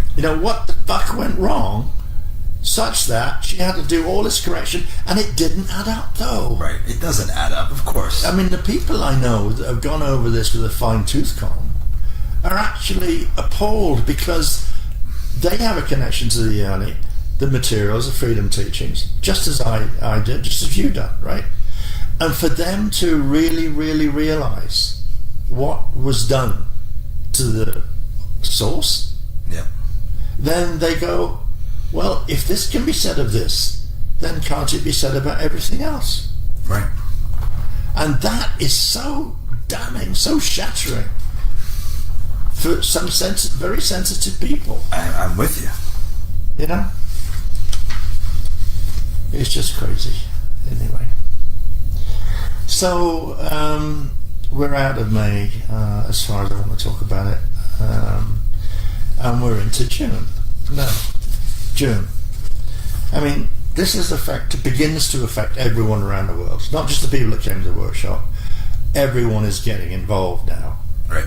And I would find it hard to understand if the coven surrounding Ash weren't aware of it, because they planned this so well. There was an uninterrupted sequence of things that flowed right out from it. Sure. So, you know, you got the most diligent, thoughtful and dedicated people beginning to get involved in what had gone down. Sure. And for them, it would have better than exaggeration, it would have felt like the planet had just exploded. Right. I mean, because it was their whole world, right? I mean, it would have just, oh my God, I mean, how could this happen? Right. But I mean, as we've tried to explain... and weren't those the same people that were targeted as well? Yeah. Yeah. I mean, people have done their damnedest. How, you know, and just paraphrasing for some of them out there, I mean, how could I, who did everything else to me, be cast down? You know? I of sincere, spiritual and gentle nature. I mean, what? I mean, that's what they would have been saying to themselves, yeah, in a manner of speaking. You know? But the madness then broke out. Right? It became visible to everybody. It increased daily for much of the remaining 3 months. It went on all the way through to September. And Ash publicly accused me, Mac, Tammy, and anyone else of character and substance, which is interesting. Character and substance. Yeah. By simple association, rather than the followers, right, is what I mean. Right. The entire AP organization, she said, was corrupt, it was malevolent, it was wickedly driven, and satanic. Ash went out of her way with a post on June the 6th, to clarify what incubi and succubi means. Wow. I mean, this is Luciferian satanic shit. Well, I mean, yeah. I mean, she would know, right? Because... Well, yeah. Anyway, I mean, this is just, you know, really doing really nasty things. And, you know, just for people who maybe missed it, didn't know about it, I'm just going to read 3 quotes verbatim from Ash. I think they're mostly taken from the June 7th. Taking over the MCEO FT's Cathara programs, appointing fatally as false heads. That's an accusation. Intentionally editing out and blocking all legitimate MCEO transmissions from August 2011 forward. And bringing your own Ubi brand, that means the incubi succubi brand of false mathematical applications, which relates to the work that I did with someone to produce the crystal spiral and all the fit that it produced for us and the interesting things that that ensued, plus false tantric sex teachings, as if I was bloody Aleister Crowley. I mean, Aleister Crowley, guys, is someone that had an audience with Thoth in the Presence Manifest and wrote a book, the best book ever written, experts say, on the Book of Thoth, which is the Thoth tarot deck. And he was an expert in sexual sodomy, because the energy that was released for that would open portals, avenues and doorways for the jinn, which arise from the Anunnaki underworld. Give me a break. Next up, preventing the mass psyche awakening that would eventually occur once these missing pieces of history were returned to common knowledge. Twisted or untwisted? We will never know. Another one. We attempted to control mass DNA activations to override the April-May 2012 quarantine. on the reversed violet and green rings of the host shield of Solomon. I mean, get a life. I mean, who are we? What I hear is someone trying to just manipulate, her work, her scribing to fit her new needs. Look, I mean, only she could know. I mean, if she knows why things were being done the way that they were done. But this is absolute mayhem. I mean, complete wanton destruction. Right. And no one else was lifting a finger to do any destruction, except for her and whoever there were pals showed up at where she lived. Yeah. They know why they were doing it. I don't know, and I really wish they hadn't bothered. So then, gloves were off as far as everyone's perception of the situation was concerned. Sure. I was facing a pretty tough situation because I had to defend myself. I was, going to be rendered homeless. That was clear. I remember. I would arguably forfeit my interest in the property, and so I had to stand. And no sooner was I coming to this conclusion than I discovered that someone had facilitated the removal of $50,000 from the Adashi savings account, which is our own partnership account that related in with AP. I mean, I've got the paperwork here, which confirms the transfer, and it confirms her name. And she claims the most ridiculous of claims. I mean, like so many of the others, she claimed that she called the bank manager at Wells Fargo, told her a sob story like she told others and got away with it. And the lady banker said, oh, poor thing, I'll help you out. I'll help you override the passwords and relieve the account you want to draw the money from and put it wherever you want. And I have the account number where it went to. Right.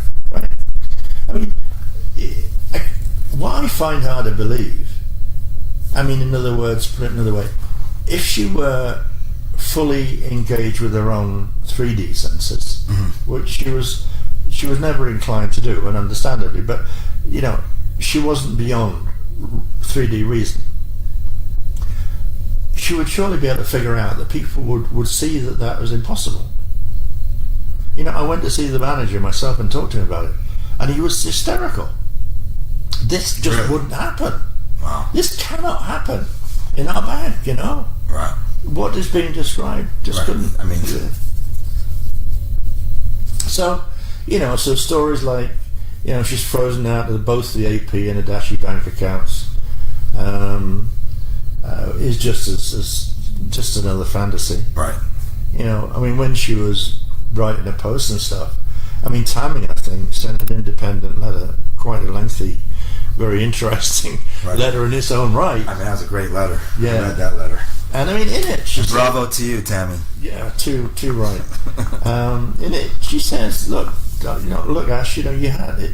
This is not right. You had money. You had access to the accounts, but you can't play with an AP Inc. account like you do with a personal bank account. You can't run around with a business bank account and signing them for any kind of expenditure you want. Right. It has to be, regulated by the business for the business. Right. And it's not actually legal. But anyway. But I mean, Ash replied to Tammy's open letter, the same one that we were pointing up there. But not only in a disrespectful way, but a totally unChrystic, disgusting sort of tone, with a sort of dismissive, patronising attitude that featured in the lead up to our own shouting matches, typical of how our own shouting things would begin. And I mean, I could think of nobody else finer than Tams, who would pour her heart and soul into every aspect of the development of our sales organisation and states. She gave absolutely endless love and commitment, way beyond the call. And Tams was she took on any job, she took any on her own. Right. And anyway, reading on what Tammy had to say, we found a point where Ash had obviously tried to recruit Tammy to her side. you're one of us, Tam. You're not one of them, Tam. Right. And I mean, Tam's just failed to notice that. and she gracefully declined. Well, immediately after referring to Tammy in really negative terms. So it's like she wasn't aware of what Tammy had said, and went on to say, "Oh yeah, I saw her around at workshops. I didn't really know who she was. I didn't really know what she does, And I mean, this woman and her husband had only hauled inventory and mounted a huge product table every workshop. They weren't paid to do that. They drove from Indiana to wherever we were doing a workshop and tooled it up and spent a week of their lives doing it every time there was a workshop and never complained." Right, and she says that she didn't remember them? Yeah, she did.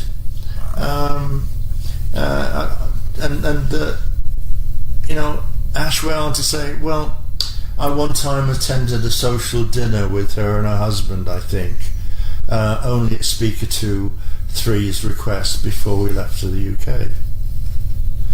And from then, if you read what Ash wrote, she then goes on to say, I had hoped that Tams would have been able to see the truth enough. Well, she did, didn't she? Well, she sure did. And anyway, so Ash then goes on, still not seeing what's going on, and to quote, she says, Tams was overheard saying that I haven't believed any of Ash's bullshit since 2011.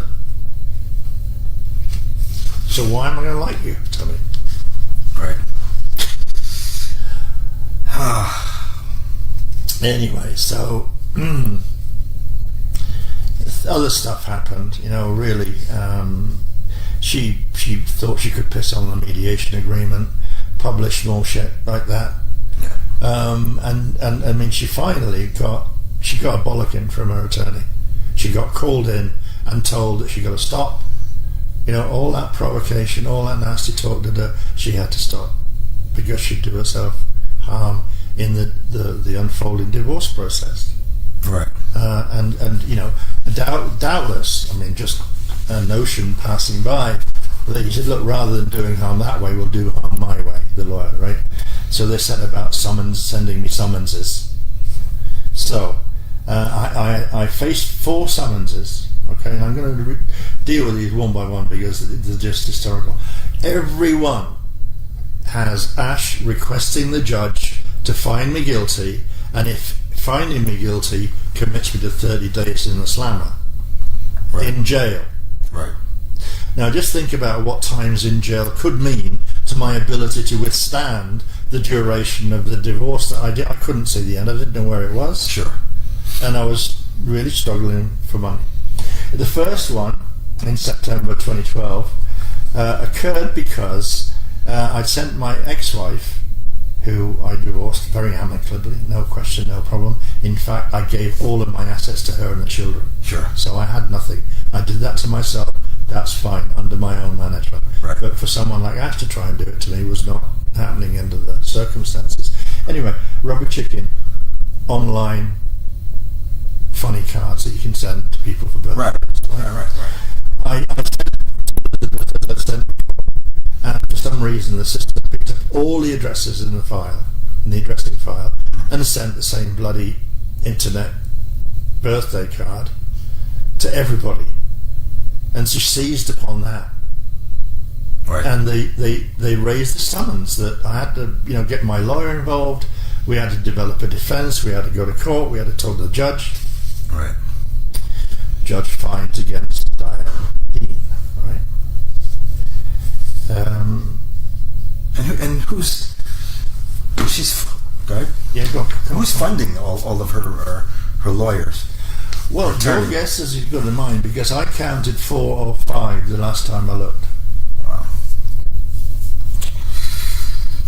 Amazing. So, other things are unwinding. I mean, she does a financial affidavit, and one of the things she states under oath is that she's already paying an annualized almost $10,000 to see a shrink for PTSD that she'd never visited. And that's the Quinton guy, I think his name is.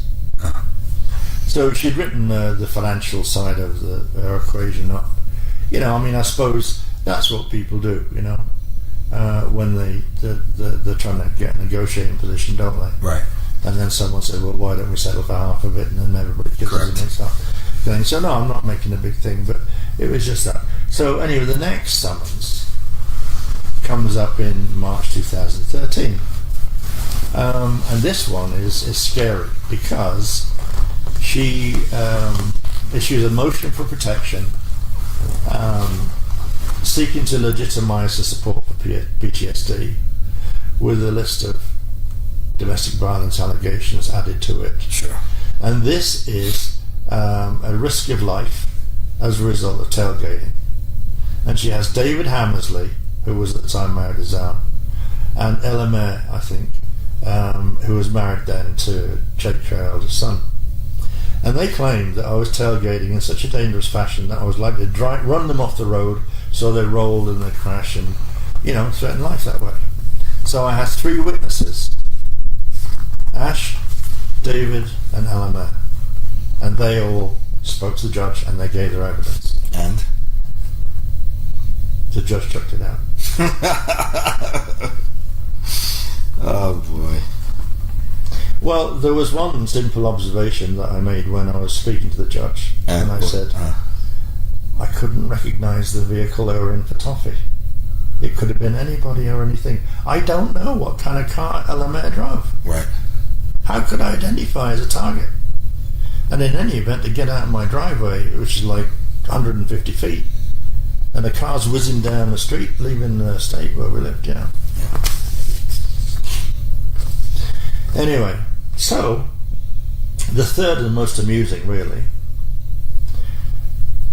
relates to Ash's workplace, funny enough, because she produced a summons again and again for 30 days in the slammer, right?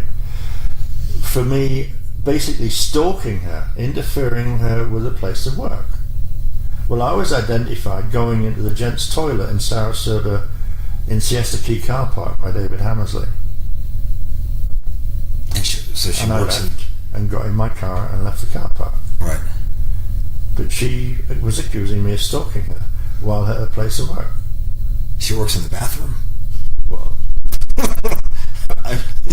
go figure, man. I mean, that's just absolutely ludicrous. But whilst this was going on, I remember she was in the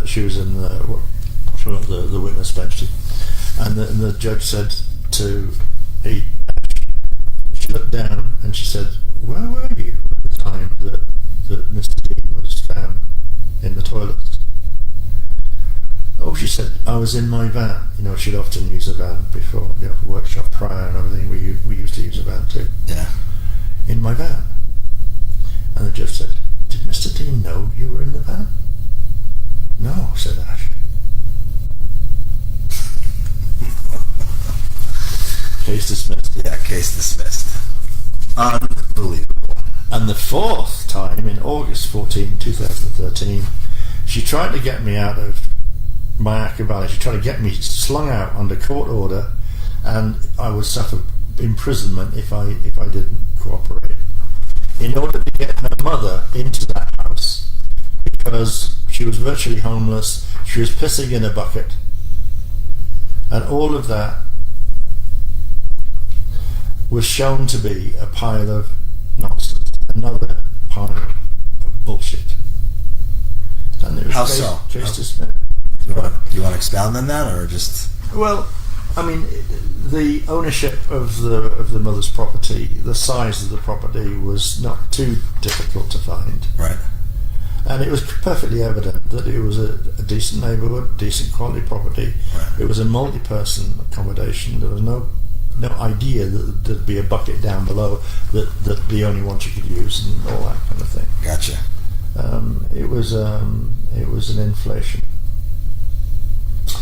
So moving on, in the same month after that summons, and this is all about the prolonged divorce action and the attrition that's going on, is that during August 2000, her legal CPA is brought in as a witness to speak to the judge and to explain to the judge about her circumstances. During that presentation, her CPA tells the judge that Ash has reported that she had no income whatsoever for the whole of 2013. Wasn't she doing workshops online? Or no, she wasn't online. She was doing it in real time. She was in real time. Yeah. Whereas, according to my calculation, based on the AP Adashi, the foreknowledge that Mac and me had about what costs what, how much does a coach cost? How many people do you put in a coach? What's the cost of because we're using the hire all the time. All that was standard cost, so we knew what they were going to be. I mean, I was able to estimate an income total in excess of 200,000. But she claimed that she didn't make anything. Yeah. That's what her CPA told the judge. So she hid the money illegally then? Well, I mean, I presume so. I mean, I don't know. I'm not saying that absolutely, but where'd the money go? I mean, there was other questions that could have been asked legitimately, and if I'd have appeared in the divorce trial, look, you've seen all these papers around me. Right. This is all evidence that's never come out anywhere. Right. I mean, there would have been mayhem if it had gone to trial, and what's more, I think her lawyers knew that. Correct. And really, there were 2 points of interest: one, to destroy me and not give me anything, right, or as little as possible, and the other is to retrieve the intellectual property and the copyright, and therefore basically resurrect and continue to run an AP. Right. All right. Because they, it seems to me that was what the purpose was, what their objectives were. So, after all this crap goes on, we're into 2014, and I mean, my lawyer is out of dough. He's pro bono for me, right, and he's keeping his word. He's doing everything he can, but he didn't prove to be the lawyer I thought he was in the first place. But he's a very nice man, right, and in that respect, he hung in, but it was getting harder and harder for him to do. And the other side were all of these numerous lawyers were never finding a single congruent date. And so the judge was calling for date setting meetings, and they were going, oh, well, I can't make that date. No. She had a third one, and she said, look, you guys, you got to be here. I need you in this court. Pick a date when you'll be here. And she got real tough. And that led to the end, because then we got a date. And within weeks of getting a date, well, not within weeks, of days, okay, what happened? I got an offer. What kind of offer?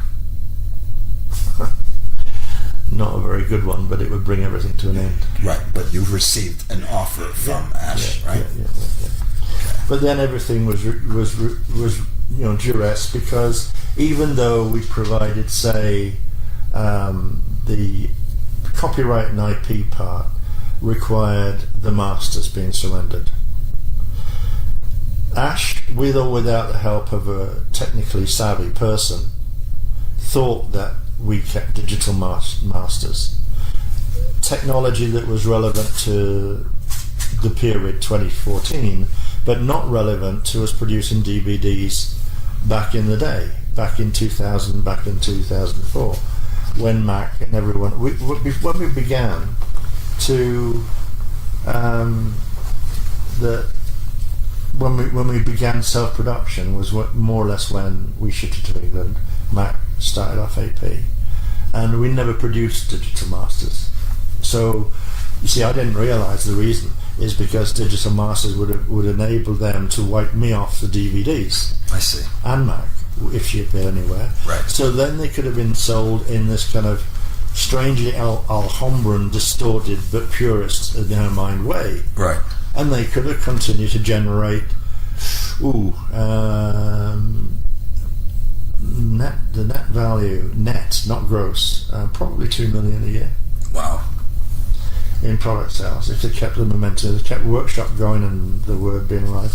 But I mean, but anyway, but we had sent complete sets. I'd sent my complete set, first of all, just after the divorce got underway. The next thing that happened was that Ash and the Norwegian ordered 2 complete sets of everything we'd ever produced. One to be sent to Oslo, another to be sent to Pine Island. So they had 3 discrete sets of evidence of what was contained. What we were calling the masters were the things that we gave them. Right. Now, after the divorce, within days, they issued a federal summons, Right. based on the fact that we hadn't surrendered these digitized masters. But there weren't any anywhere. They didn't ever exist. They demanded the Azerite press content, which was provided on a disk that they didn't locate, but they did. They demanded the Azerite website GoDaddy. That didn't belong to me. I did everything I could, in other words, and my lawyer said, Michael, you have done everything you can possibly do, sign it. Right. And take the 250k. Right? Now that all sounds all well and good, but the 250k had to pay lawyers' override. Sure. That's the bit that I'd been willing to go to. Right. All right.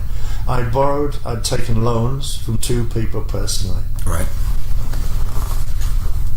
And if you think about it, 250k minus 150,000 property interest, which in 2014 would have been more than it was originally, I told you.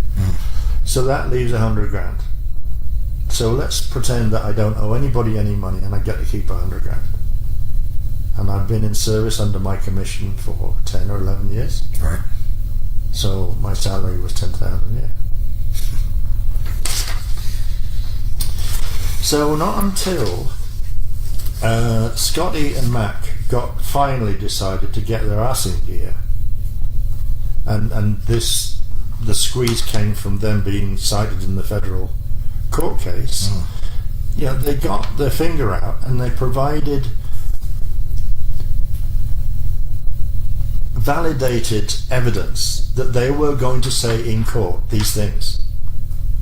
And that included the Irish office coming to speak to the same point, Mac finally coming to speak to the same point, and Scotty coming to the same point.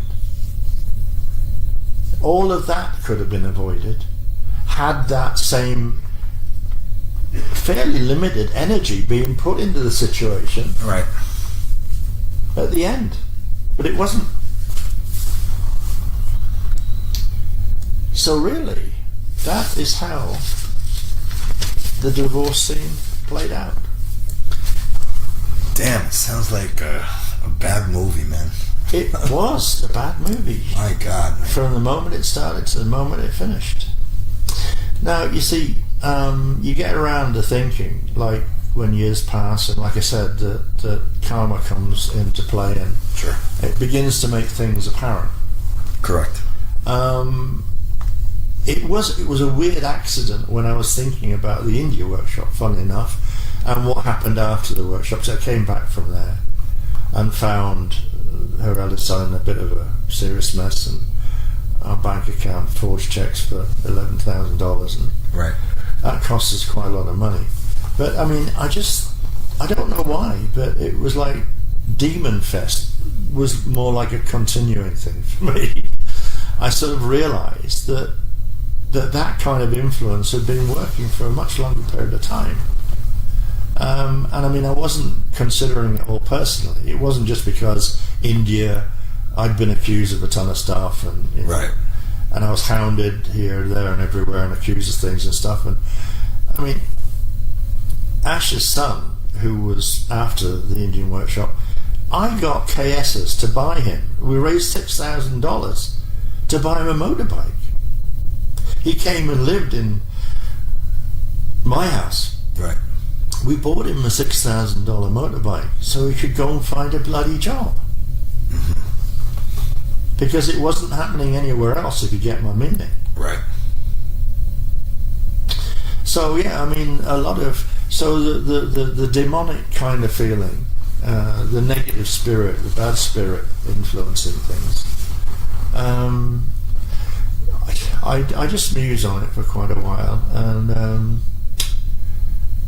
I got around to connecting some dots that went way back. And I'm talking about my dots. So I'm not constructing something, and the final part of this will be what I came up with. And it's called speculation. Correct. And it goes way back in history, and I am implicated in it. Ash is implicated in it. I mean, God knows how many people were touched. Their shields were touched by the things I'm going to talk about next. But I'd like to take a break, freshen up a bit, potty, and beautiful. We'll do the final thing. Yes, and remember, this is just purely two friends chatting and giving their opinions. Absolutely. Right?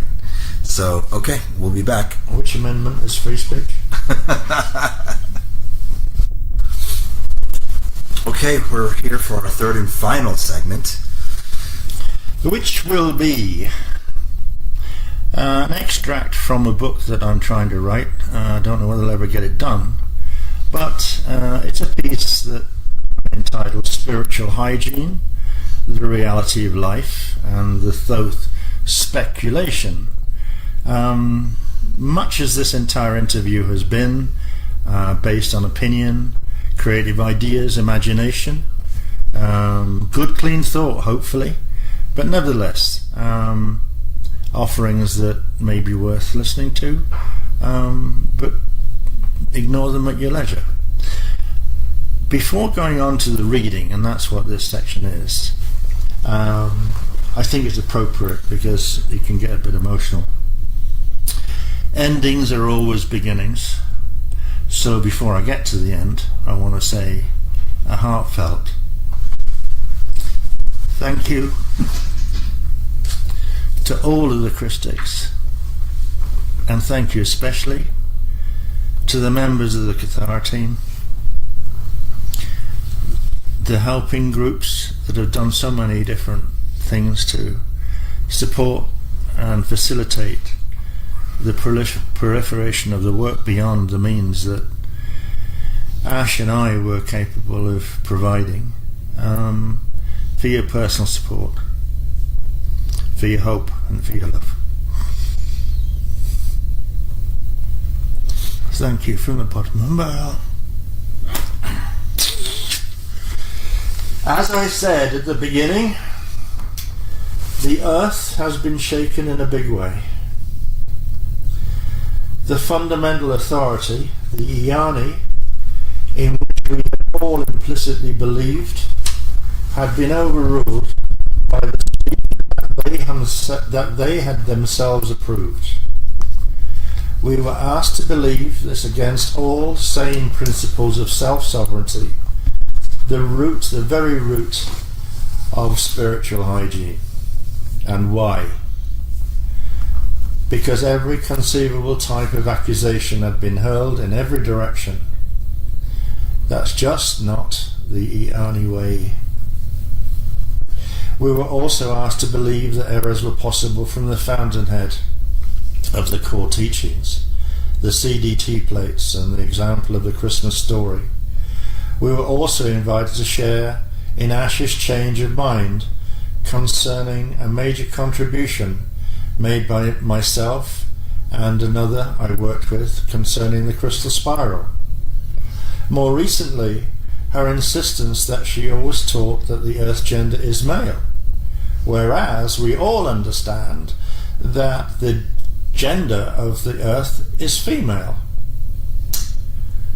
Too many changes, too few reasons, too few acceptable reasons. In addition, you were told to believe that a few of us, amongst the most dedicated people, who the A&R regarded as being in high integrity, suddenly found time, resources and willing labour to set about changing the teachings without limit, such that everyone was suddenly warned off product, as well as a bunch of great people who were alleged to be making the changes. The suspension of all things KT, like ordinations, baptisms, marriages, did just the same, damaged people just the same way, increasing the belief that Satanism was included in the accusations. It was a real thing and existed in our ranks. That is just unacceptable. Almost every one of the many people accused working for love, not money.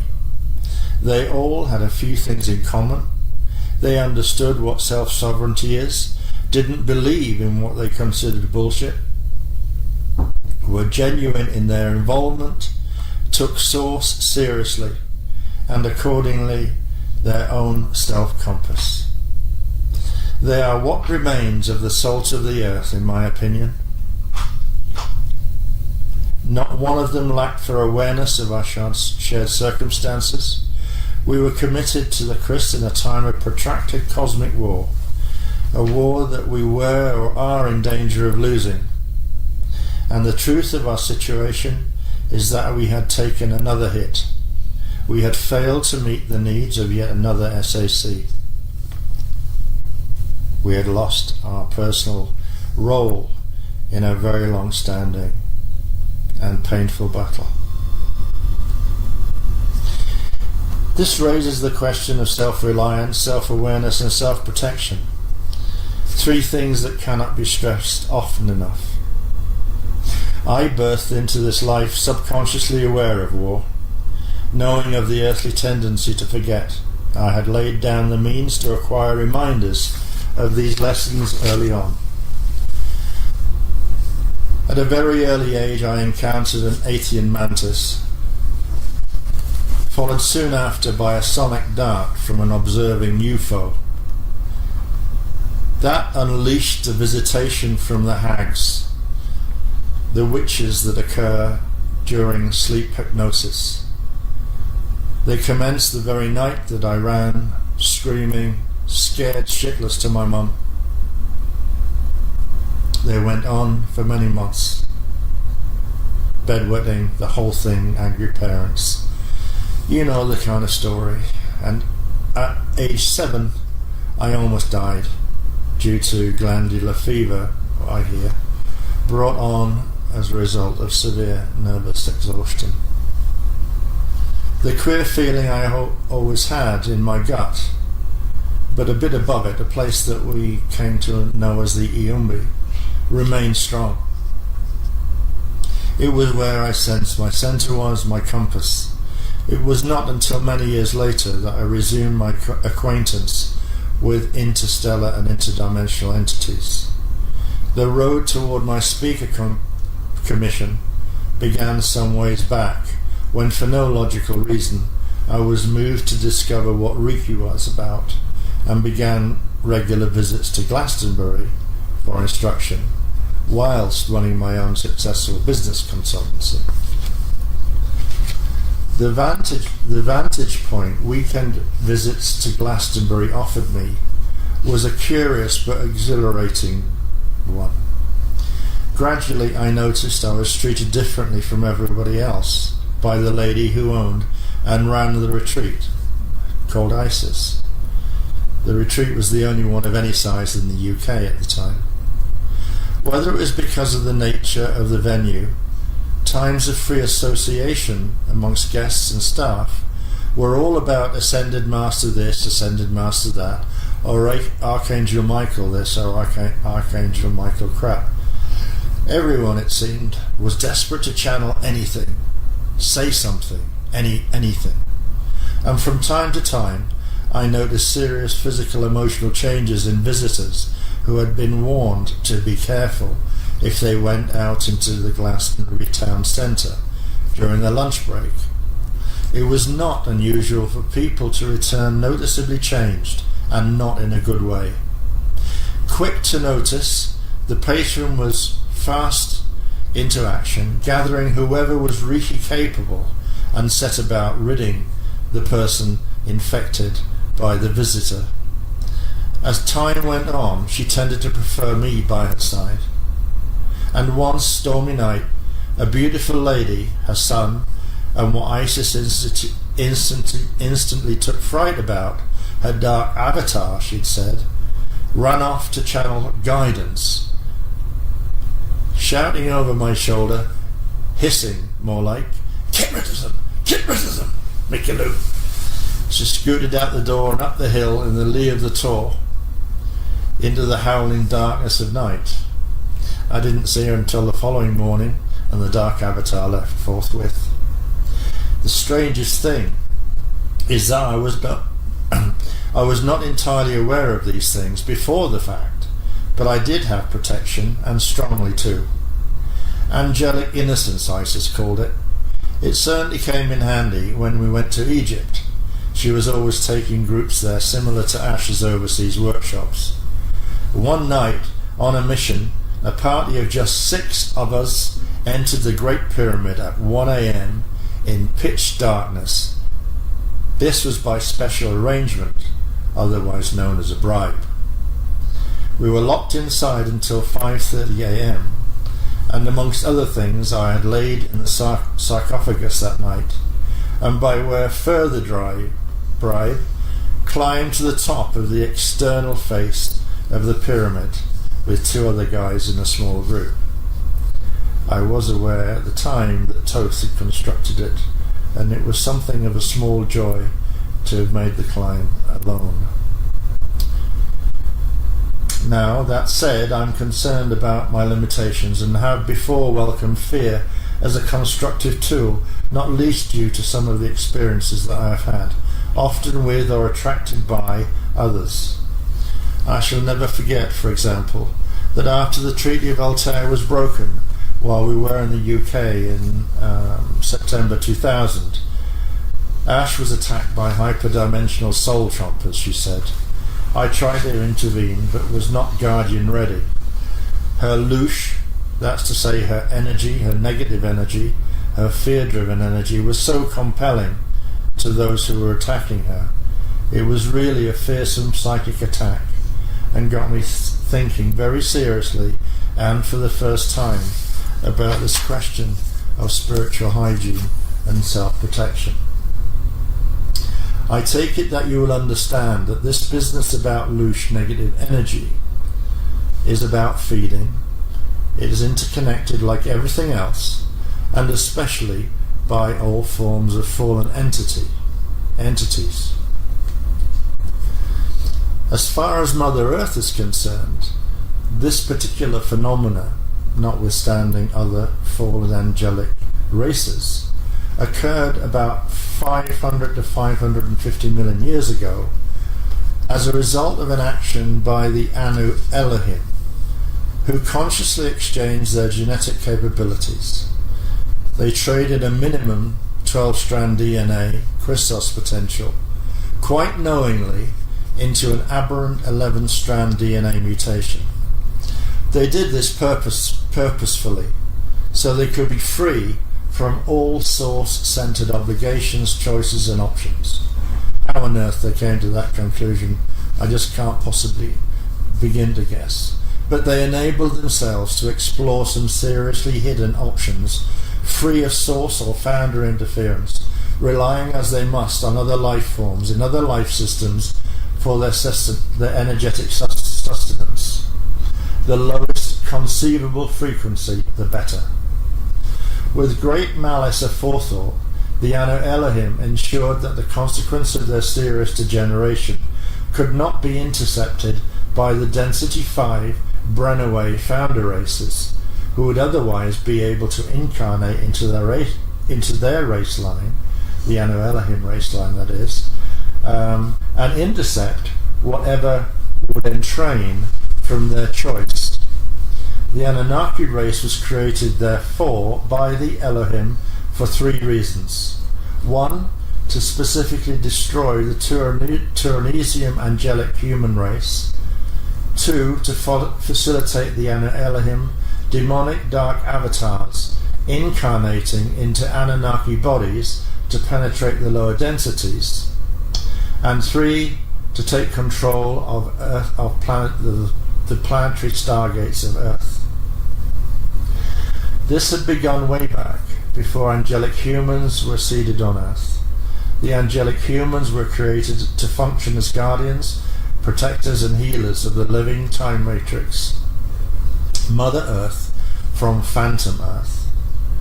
also to assist or facilitate bioregenesis of fallen angelics. And that is precisely why the Anu have had such, or Anunnaki I should say, have had such a long, lascivious and incomprehensibly cruel focus on Earth populations for maybe 300,000 years.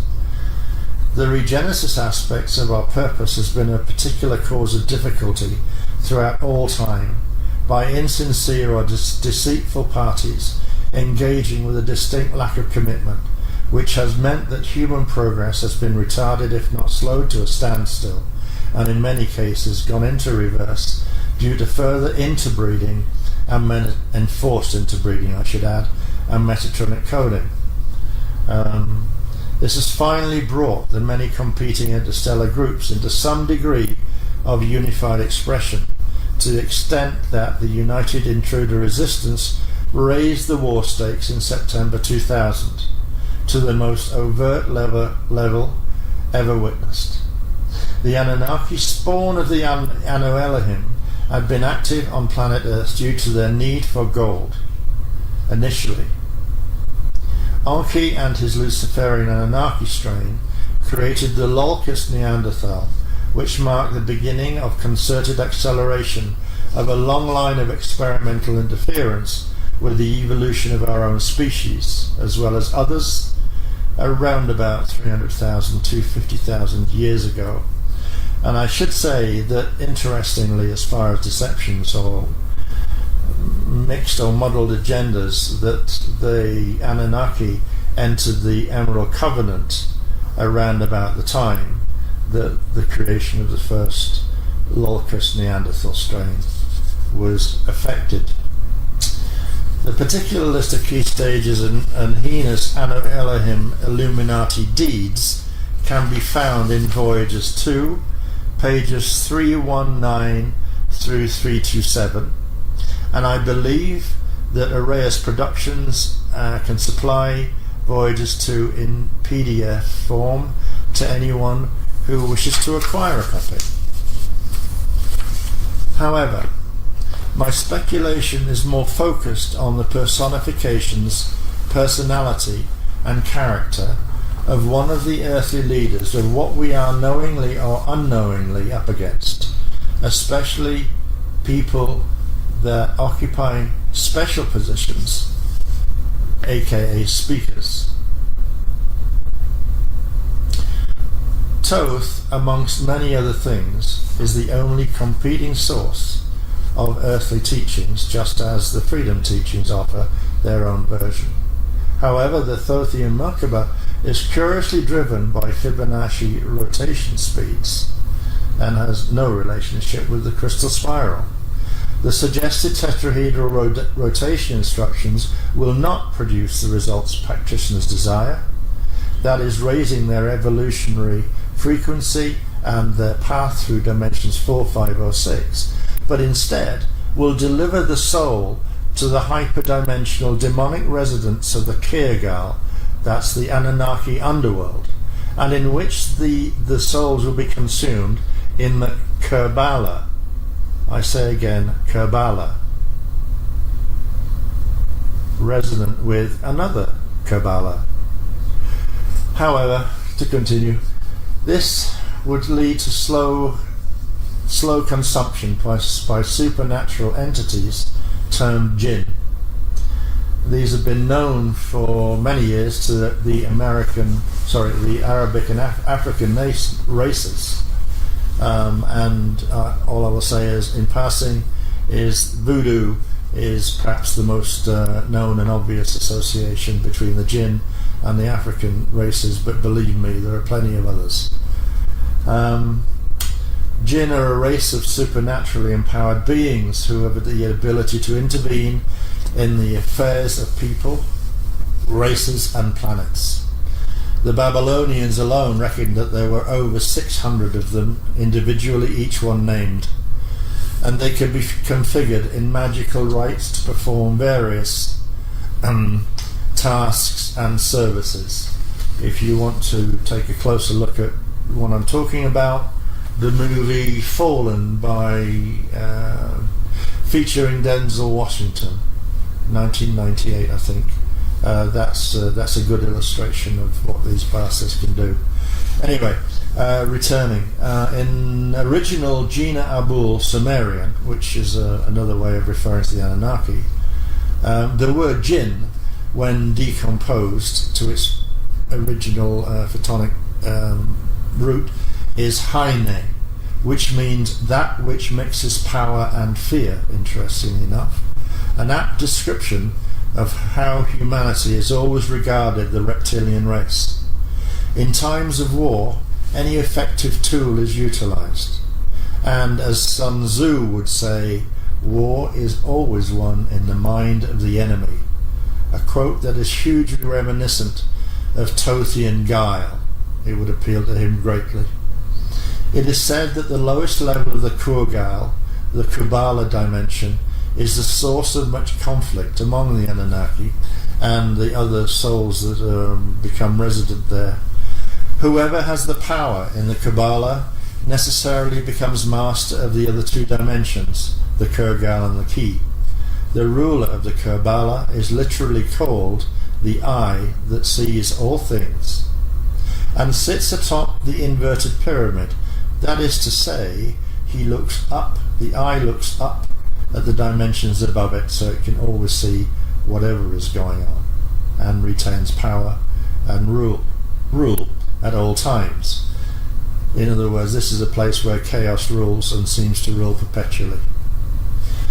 But I ask myself, where the awareness of such matters have been removed from the New Age paradigms, the spirit world is not given any credence anymore, whereas just a few hundred years ago it was recognized as a regular part of life, that spirits like consciousness float around, since they're elements of energy, all around us all the time, looking for opportunities to enjoy themselves, have mischief, and to generally cause chaos at whatever level is that their powers are capable of.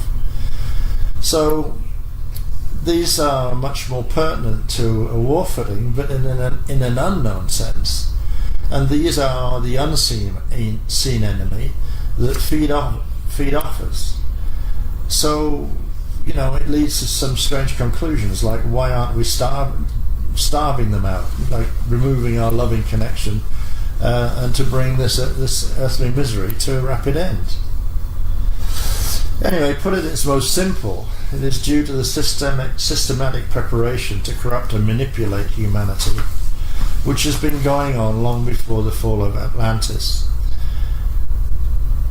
The architects found there, and I have thought in mind obviously, designed a world for humanity to forecast, plan and adjust using quantum computers, or superior to quantum computers in our knowing, so that the next multi-generational Illuminati steps are already laid down. How governments, mediums for mind control will evolve, die, be involved in war debt and population debt, identifying all and any opposing or competing forces, plan for their eventual takedown within the overall plan, so they can just simply proceed steam ahead at will. They always appear to be the champion of all points of view, all arguments, but in truth none but their own. This is what the Protocols of the Elders of Zion lays out, and describes in some detail the methodology and desired outcome for the Illuminati shadow supervisors. But remember, the object of such plans imprison all earth life in ways that are designed to provide endless negative energy for every conceivable negative emotion and mental construct. Want, lack, lust, greed, power are all food for the Anu Elohim and the Anunnaki, who on occasion embody their own forefathers, just as the Zeta Greys will on occasion embody Anunnaki. It is simply logical that a vast planning and decision unit was created to execute such a grand plan, which included consideration for Mars, Venus, Saturn and Moon, by the way, which we don't have time to discuss in this. These are the products, the bailiwick of Thoth. The holiest of the holies is the acronym, the most ubiquitous of all characters bar none in the long history of man and planet Earth. That is why love, for instance, and the union of man and woman, the key to life, a unique potentizing force, is a target. And that is precisely why men and women are such a viral relationship failure. I've often wondered why the FTs failed to make this more overt, weaponized point of all that we did, instead of messing around with the twinning adventures doomed to fail. The myriad of names that depict Enki, Thoth, Hermes have assembled an immense array of epithets. In KS terms, he is the only known FA that almost became Christed, but I'm certain a reflection of not only his forefathers, but of mirrored characteristics. This personality is explicitly associated with Mercury, which has as its altar the Lord of Illusion. This is an umbrella under which complex and multifarious conditions exist, predominantly associated with panic, fear and terror. Mercury denotes energy sent forth, and therefore represents the wisdom, the will, the word, and the Anunnaki Logos by whom the worlds were created. The creative nature of Mercury is of the sun. His association as the word is the most evil and corrupt. Through such duality is expressed truth and falsehood, wisdom and folly, and therefore is the trickster. He has no conscience, being creative. He cannot reach his ends. If he cannot reach his ends by fair means, he will do it by foul. He is the original legend of all things cunning. It is relevant and noteworthy that Aleister Crowley, arch-Satanist, black magician, founder of the Order Templi Orientis, Freemason, and author of the Book of Thoth, and to whom Thoth himself reportedly appears, and he did to Drunvalo Melchizedek. Crowley's work is often indulged in interpretations for the Thoth Tarot deck, but in fact addresses Kabbalah in the widest sense, replete with a tree of life. So we must accept that Thoth, aka Enoch, and Enoch was from the same collective of Thoth, Lucifer, Jehuti, Hermes, Horus, Ra, Azazel, Merlin, Quetzalcoatl, Ammon, Tammuz, Shaitan, Moloch, Nergal, Baphomet, goes on and on and on. Thoth is a pervasive and dangerous source of influence. His 5 Abrahamic religions, all sun-worshipping cults at root. And sure enough, all is connected through his symbolic omnipresent serpent, whether at home in the Pope's audience hall, as it is in the cult of Mithras, Gnostic Sophia, and the symbolic medicine and healing symbol, the caduceus. Not for nothing is Thoth known as the creator god, Lucifer, the trickster, mercurial, said to transcend solid and liquid states, heaven and earth, and all symbolized by the serpent. He is assumed the name of the trickster due to his purposeful use of ambiguity. From kinks and mutations he created in the human genome, which range from immense contusions in the male-female power base to the human disenfranchisements associated with Illuminati, law, socioeconomic structures of immense polarity, caste, class-based systems, institutions and their propagandistic nature, such as educational and scientific institutions and ever-expanding agencies that restrict human thought and expression. For instance, the nativity that is now being considered as offensive to Muslims, etc., etc. All of these creations, I'm telling you, are the creations of the Anu Elohim, Anunnaki, Illuminati, institution, group, organization as a control mechanism, complete in every way that I've outlined here, to affect life on planet Earth, and therefore the potential for our success in the angelic human indigo mission.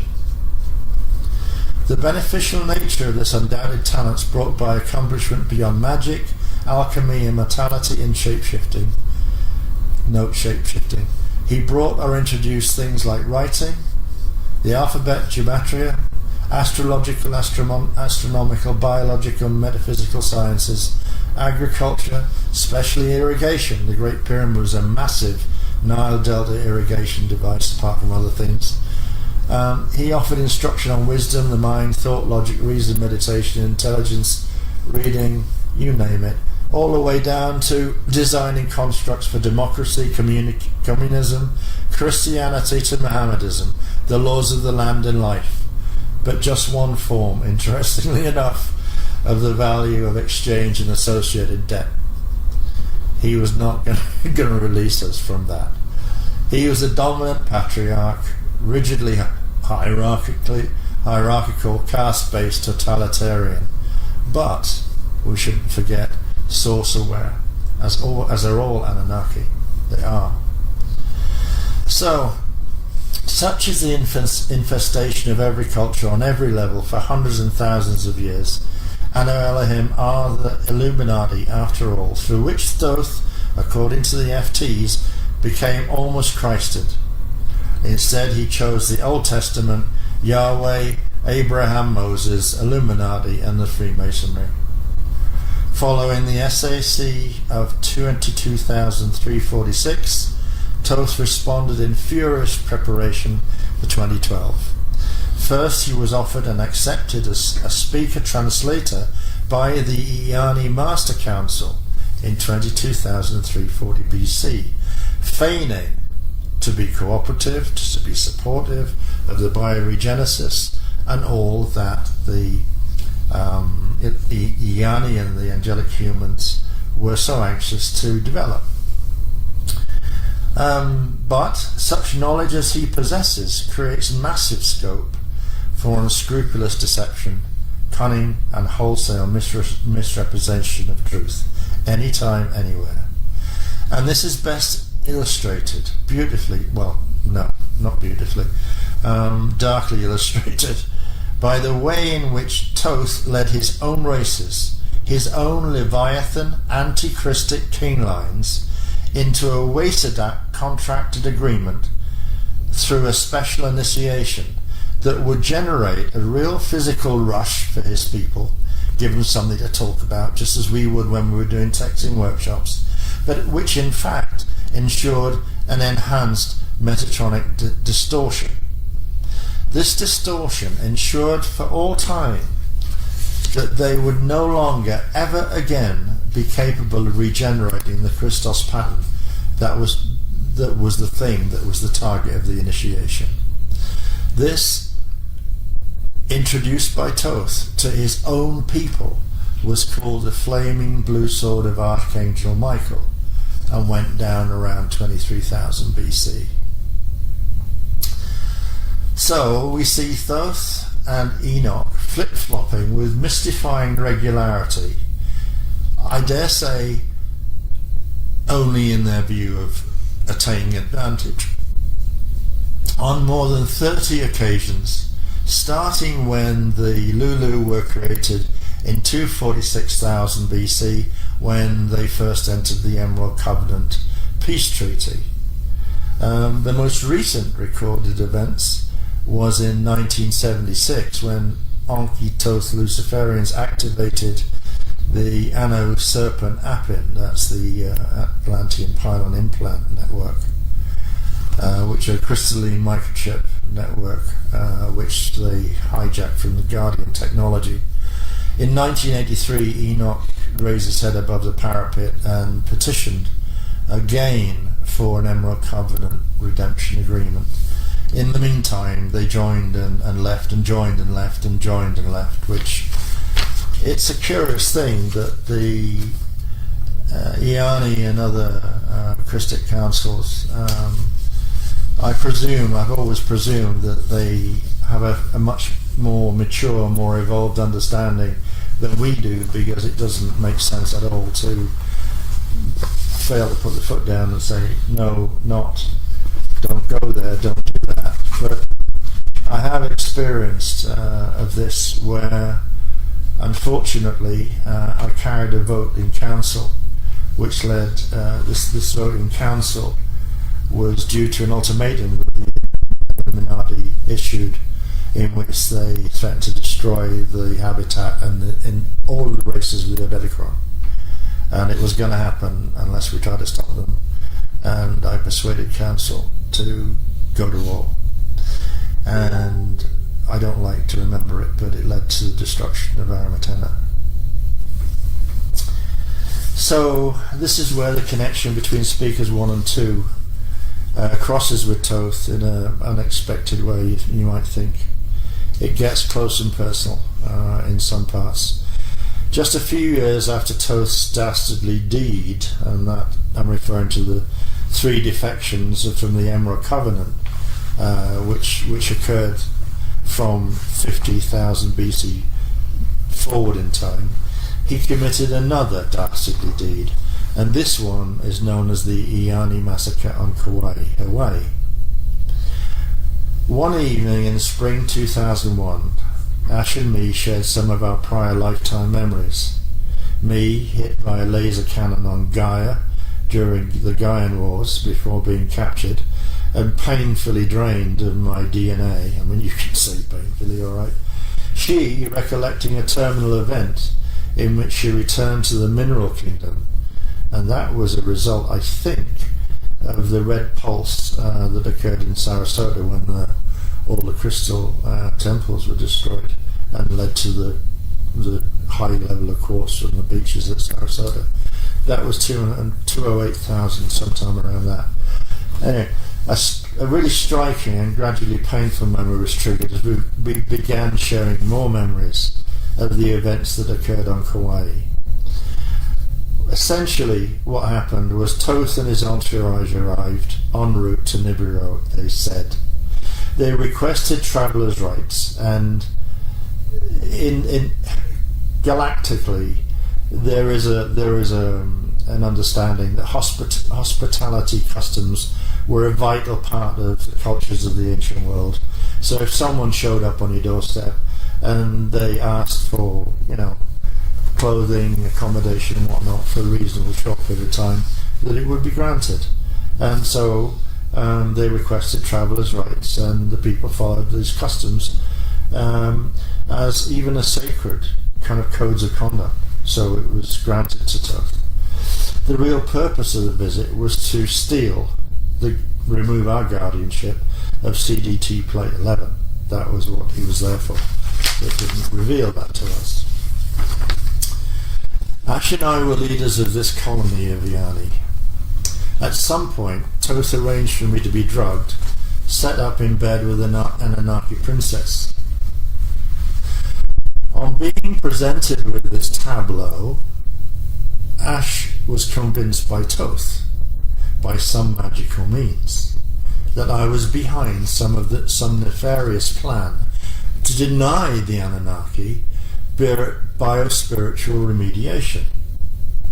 He suggested that I was taken away for questioning. Ash allowed this, so we would assume that she was bewitched. Really, we've given a history of Thoth and what his capabilities are. So Ash agreed. Off you go, Asa, whatever I was called at the time. And so they continued to trust. The Iani women were very innocent in their way. Meanwhile, I was taken off. Thoth persuaded Ash and many of the women that they could achieve great conciliation and further bioregenesis by making a return visit to Nibiru for a short while. So the arrangements were made fairly quickly while I was being taken away and questioned, but instead I wasn't being questioned, I was being castrated, because they didn't want me to be capable of any DNA transfer or anything else that could occur in regular copulation. The Anunnaki agreed to leave a contingent behind as insurance. That's very good of them.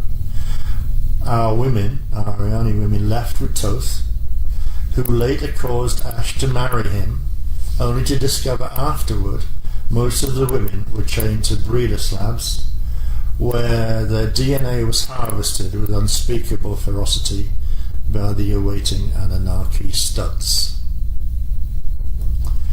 Me and my men on Kauai were treated as game.